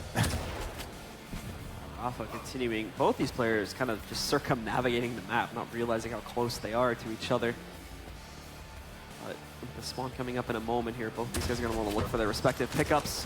Nicely positioned rockets in a great position for Tahang, but he needs to stop Stop allowing Rafa to get out into this open position here now. So he's going to move in, gets that pickup, still has leftover health from the last time he got himself the mega health pickup as well. So he ends up with a pretty decent stack overall at the end of it. Now just needs to move in, get the initiation, and finish off this kill onto Rafa to bring it back down to a 1v1. Yeah, right now, too, Rafa has the speed advantage with Anarchy, so he can really afford to run away when he needs to. And now Rafa trying to take this fight here, hits the rail, gets a nice amount of damage off with the lightning gun and trying to read his opponent as he retreats. However, Dahang has that rail shot, and that was all that was needed to finish off Rafa. Time no longer a factor for these two players as this goes down to a 1v1. Next kill will win out this round. Great finish there by Dahang. I thought maybe when Rafa used his ability as Anarchy, he should have used that as his opportunity to escape and get out of there. Dahang being quite loud now with his movement around the map here. Rafa, true to himself, takes that moment to sit back passively, and now into this fight they'll go, but Dahang does not want to seem to really take this. He wants to sit back, play it more passively. Quick switch over to the rail to hit his next shot, and he succeeds in connecting it. The next one's a little bit off its mark, so he's not going to get the finishing blow that's needed to bring Rafa down incredibly low and make him essentially one-shottable. Yeah, that was an excellent combo. The lightning gun, the rail gun combo, I mean, it's just an instantaneous switch and hit. So now Rafa's going to end up leaping in. Does actually catch Dahang trying to retreat over there. Again, though, Dahang not wanting to take the fight, running away quite a bit in these battles. Keep in mind, now he's on Blazkowicz, though, so if he gets him into a closed space in an area that he knows he can just take Rafa on in an open battle, he can pop that dual wield and increase his damage by a huge margin. It does seem like that's might be what he's playing for here. He just wants to get that right situation, pop the ability, because one frag here is going to do it. Yeah, super passive on it just to try and set up something like that. I think Raph was smart about this, though, and he realized that that's a possibility, so he's been trying to avoid just these open fights inside of these smaller corridors here for having to not want to deal with this, essentially, and that was perfect positioning from Rafa. Has himself that tighter corner so that in the event that dual wield popped out, he was able to fall back and play much more passively. Now they're into the open fight, though, and he's got him low. He's got it low and indeed lines up that last rocket to allow for the second round to go into the hands of Dahang. Nicely played. He closes out round 2, and we go 1-1. That was a great finish by Dahang when he did the double, the ability from BJ, and he hit that rail at the end there when he went to Mega. That really enabled him to make that risk of rocket jumping up. If he doesn't hit that rail, I don't think he rocket jumps up there. Well, immediately Dahang is going to find himself a little bit disoriented, expecting to find Rafa up on top, but not the case. So loses most of what he just picked up in that run, and now has to go on recovery, whereas Rafa wants to chase down, get himself into a fight, trying to fight with the nail gun. It's just that, unfortunately, the nail gun is not going to prove to be super effective in knocking out Rafa under these circumstances, so he gets the better of that situation. He's going to be able to hop back looking for these spawns here. Health coming back up, and now if he can get himself up on top, he could go for the armor, but Dahang is quick to jump directly on that. Problem is Dahang's kind of stuck, though, and he had to use his dire up just to get out of that corner. Yeah, a little unfortunate for him that he had to use it just for that, but if he would have jumped across, Rafa's just waiting to rail that. We need to try and look for ways to read into each other here. Rafa anticipates Dahang to try and go for the mega health pickup, and he's right to do so. Gets him locked into a corner over to the rail. He's done over 120 damage in these last few seconds alone. So it's looking like he's going to try to prioritize getting over there, getting that full armor pickup, which he succeeds in doing, but already most of that armor is gone. He's down to his 22 HP, recovering some of it now. Needs to try and find better positioning soon, though. It's the second or third time so far in this round where we've seen Rafa ending up with a better positioning against his opponent here. And if that continues to happen, eventually Dahang is going to lose that first duel. Curious to see who gets the first frag right now. It's very much in the balance, but it does seem like Rafa has a little better sense of when gets the mega health and the big armor, the heavy armor. Rafa popping around now. He's got himself a full stack, so I'm personally going to be expecting him to get a little bit more aggressive once he's able to figure out exactly where Dahang is hiding out at. He's to wrap back around, and there you go. Reads into it beautifully. No hope at all for Dahang in that battle. Rafa just far too well set up for that situation. Yeah, nothing he could do there. He even landed his shots, but Rafa had a nice stack there for that. So 2-3 here now as the first kill goes by the way of Rafa, but that could change. Rafa put into a poor position just before he gets himself up the jump pad. Dahang claims the traded kill and survives it with only 13 HP as well. just barely picks up that win and brings it back into a 2v2. But now this is when Rafa's going to get a little bit more trickier as he's bringing the Galena back out. And those traps can be a real menace.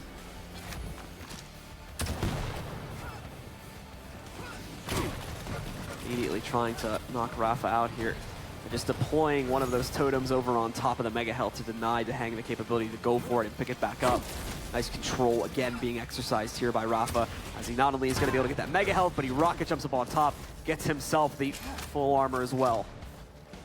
Yeah, he's in a groove right now. As you can tell, he had that heavy arm. He had the heavy armor time. He has the Mega time. Dehang needs to somehow push him off of these things. Going to try to route himself around the map here.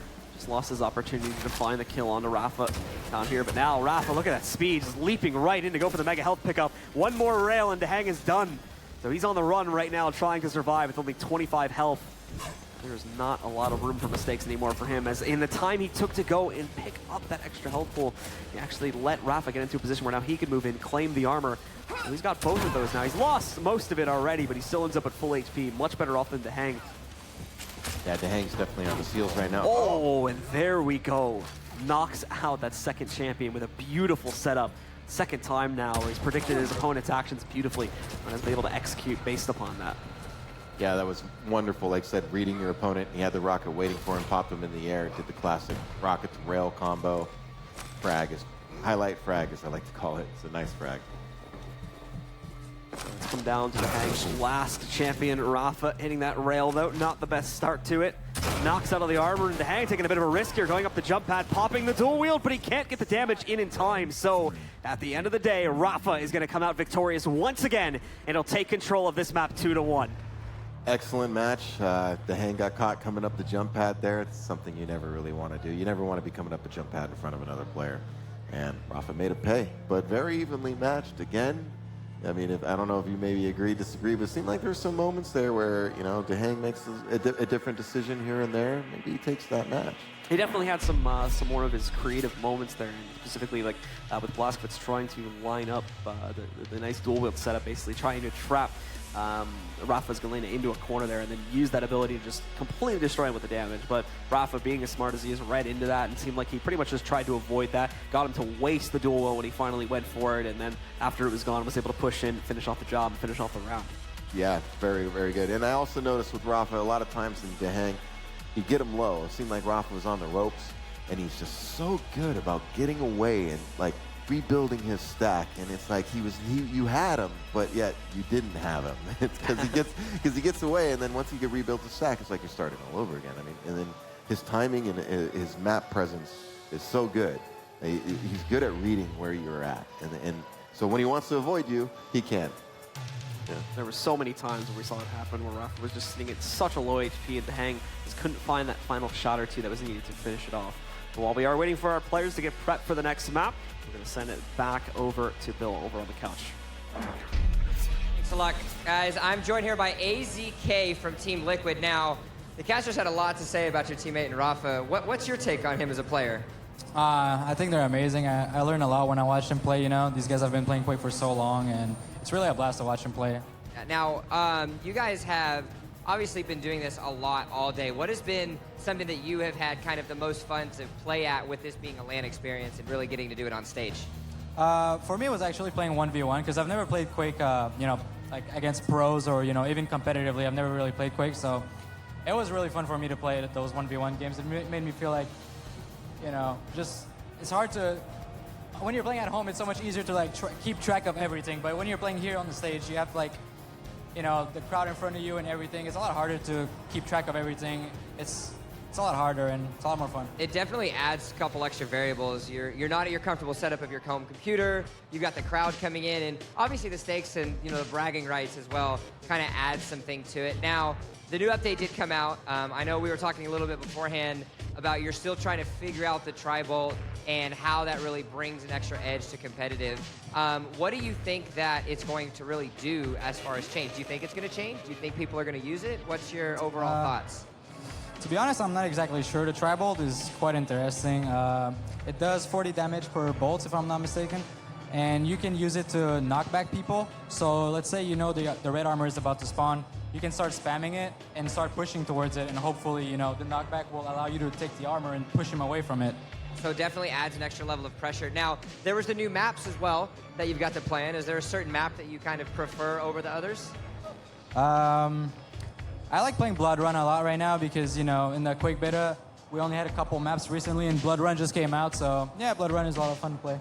Awesome. Well, hey, thank you so much for coming and speaking with us. I hope you've had a fantastic time on the stage. Yeah. We're almost done. We're getting through the day. Don't forget, we still have some shirts available, as well as the opportunity for you to get involved in the Quake Champions beta. Go to quake.com if you're at home. Come over at the desk that we have if you're here at E3. But we're going to finish things up, and we're going to send it back to the casters. Thank you. Alrighty, thank you very much, guys. And yeah, once again, Rafa being able to show up so far, definitely bringing his A game to the match, and definitely proving so far why he is the current QuakeCon champion, has been able to carry that through so far pretty well into Quake Champions itself. Now the real test is going to be if he can carry it forward all the way to that big event over in August at QuakeCon itself when it runs around again and we have the first big tournament for Quake Champions. Definitely showing he's still a force to be reckoned with, but at the same time, vulnerable. I see some vulnerabilities. You know, like I said, Dehang had his chances. He really did. So like I always say, you know, nobody's going to be champion forever. You know, so you know, it's the new Quake. Like I said, it really punishes you for your mistakes. You know, you only get three champions, and you know, you saw easily things can turn around. You know, Rafa dropped that round. It was like it snowballed, and I'm just curious to see once the big lights get on for $1 million and all the pressure and all the, you know, all that chips are on the line. I'm curious to see who comes out on top because I really do think it's up for grabs. Well, of course, we're going to be continuing that action here between Rafa and Dehang in just a few minutes as we get these guys set up for their next map here. Just continuing to go through the rotation amongst our new map pool here as we have added those few newer maps. And you can see those players getting warmed up, ready to jump back in, get back to fragging. Dehang on your left, and of course Rafa in the distance over there, looking somewhat menacing. Yeah, I'm curious to see how this game goes. They've had great matches. They've been very close in the balance. Like I said, a couple more, 2 or 3 more decisions differently for Dehang, and like I said, I think maybe he takes that match. So these are very, very close. Rafa's not unbeatable. Nobody's unbeatable. Just to put that out there for anybody who's new to Quake or hasn't played Quake, nobody is unbeatable. Everybody can have a bad game. And I think actually in this version with the new duel format, I think, like I said, it really shows if you have an off game, you have an off round, you can be beat. It's you don't have time to recover really anymore. You know, before in the old days, it used to be 20-minute matches, which were a bit of a marathon. Well, Rafa ends up going for that bit of a tankier setup now that we saw. I think a couple maps back we saw him using it as he goes for the Sorlag, the Scale Bearer, and the Nyx. That's the one exception to the tanky setup, but if he chooses that Nyx to play with it first again, as he's been commonly doing so far, after that's gone, he's got a lot more health to play with, and as you were mentioning, those tanky champions do help out quite a bit with avoiding getting spawn frag. Yeah, I would expect to see that strategy. He's going to go with Nyx first. I'd be surprised if he goes with the... oh, what was that there? And then he surprises me. He's with Sorlag. Dehang is going to end up using the Nyx, however, so he's got that extra little bit of movement to try and get around the map a bit quicker. And using the stealth early on here, too. I'm not sure if it's done on purpose or not, but nonetheless, that has put it on the full 35-second cooldown, and now he's going to end up in a head-on fight here with no room to retreat anymore. Has to continue fighting or find a more normal route to get himself out of here. Wrong reads as well as he just gets hit by that rail, and then the follow-up one from Rafa takes him out. And very quickly, we are going to see Dehang losing his first champion. Yeah, ate a little bit of a spit there, some of that rockets. Then he got locked down below. He's in trouble right now. He's got to make sure he doesn't get spawn fragged. Doing some good damage against Rafa at the very least on the SMG, but now diving directly down into his opponent's face, trying to get the direct hits there on the spit, but just can't make it happen. So Rafa closes out on a second kill as well, and now he's coming to full form here, and Dehang just continuing to take the battle. There you go. Just over a minute into the round was all that Rafa needed, and he's already taken control of the first round. Dehang, you know, he dropped down for that spit, and I think he made a miscalculation of how much stack Rafa really had left there. It seemed like it, because he felt, it seemed by the move he made, like he felt like he could get the kill there, and it wasn't close. So Rafa trying to fight it back out. He's going to have to be a little bit careful as the Nyx went into stealth. Make sure that she doesn't end up reappearing right in front of his face and doing that massive damage. But Rafa's got himself a decent stack this time, starting off on the scale bar. He did just miss the Nyx passing him, however, so Dahang is able to sneak through. There's a little bit of control to work off here. I'm wondering if there's a little strategy at play. Notice he changed his first pick from Sorlag to Scale Bearer, right? Thinking maybe Dahang's expecting Sorlag, so he changed it to maybe throw him off a little bit early on. Rafa's still with ultimate control across this map for the most part, though. He's going to make the quick run over here, try to get himself a tank stack set up. Basically just trying to read into where exactly Dahang is, but able to find him. He's a little bit confused and trying to read into all these different positions. Yeah, Dahang should definitely be looking to get any kind of small stack. He needs to whittle him down, especially because he's playing in Nyx. I mean, you can see how stacked he is right now with Scale Bearer, and look compared to the Nyx. He needs to land some rails from range and some unanswered rails and to even this out. This is the other problem with the Nyx too, is we can see Dahang trying to hold control of the bridge so that he can get himself that full armor pickup, but the problem is Rafa, who on the much more tankier champion and with himself being already stacked up, there wasn't really a whole lot the Nyx could do to try and challenge for control of that full armor a few seconds ago, so it went into Rafa's hands for a second time in a row there. But the thing is, now they got them into a bit of a fight, so the thing is they're both off of that armor, and in a second it's going to spawn. I believe Dahang is going to be sitting right up on top of it, but no, he's nowhere to be seen. Coming up on top of the steps though, great rocket shot, and it forces the stealth and gives the armor over to Rafa again. Oh, as well, beautiful reads right down the steps as he finds Dahang reappearing, and one more rocket is all that's needed to get that kill. And that's what I was speaking about earlier, about Nyx's going invis when they're low like that. You know they have to make a beamline for the health. He checked the health up top, didn't see him reappearing there, shot that rocket down below, and there's the frag. So Rafa has the advantage starting off in his second round now. If he pushes through and wins this one, that's going to be it. Now moving into a great position as well. Does so much damage over against his opponent, Sorlag. Again, controls that armor. I think he's got every single spawn so far in this round. Yeah, Dahang's in a bad spot right now. He really is running everything. He's so stacked. So you hit that rail. He knows you're low. He's going to come right after you right there. Oh, and there we go. Dahang losing yet another champion. Just down to his visor now. He's got a 1v3 to try and win out this round and take it to a third one. He's in big trouble right now. You got a stacked Scale Bearer. He's going to come right back for that heavy armor. Scale Bearer in a little bit of a peculiar position, but still, with the stack he has, that's not too much of a worry for him. The full armor came up just a few moments ago here, and now Rafa, not even really just going for the armor, just wanting to get in the way of his opponent here to see if he can knock him out before he gets to it. A really well-read rocket, just a little bit early there, and ends up second-guessing himself. It's a tactic where you kind of corner your opponent off on the map, even though you know the item's up. Oh! Scale Bearer charge moves in, and we did actually see Rafa just tried to go right for that kill to close out. They're having a little bit of fun, it seems, and yeah, it was a little foolish. Ultimately, Dahang just barely able to save himself, but now look at this, right up in front. Hello, there's the reappearance from the Nyx, and Rafa shuts it down with the fadeaway rail shot. Is going to get that final kill, and again, it's Rafa taking control of the map, 2-0. Wow, the fadeaway rail at the end. Because you know, I thought Dahang had him red, so you knew he was going to reappear right there, and almost thought he was going to follow him up and maybe the rocket or something to finish him. Instead, great jump off the ledge, and a nice Hollywood shot there, a nice railgun shot to finish it. Yeah, so they close out on that one, and we do see Rafa able to continue forward, claiming absolute dominance in this match. I think up 4-0 now on the map. So and completely unchallenged. Yeah, the first round was really impressive, actually. He just took Dahang out. And even in the second round there, you noticed that he really had control of the major items. I mean, while Dahang was surviving, he was going around, he was trying to avoid contact as best he could. In the end, it's just too much when you're letting a guy just constantly pick up the heavy armor, constantly picking up the mega health.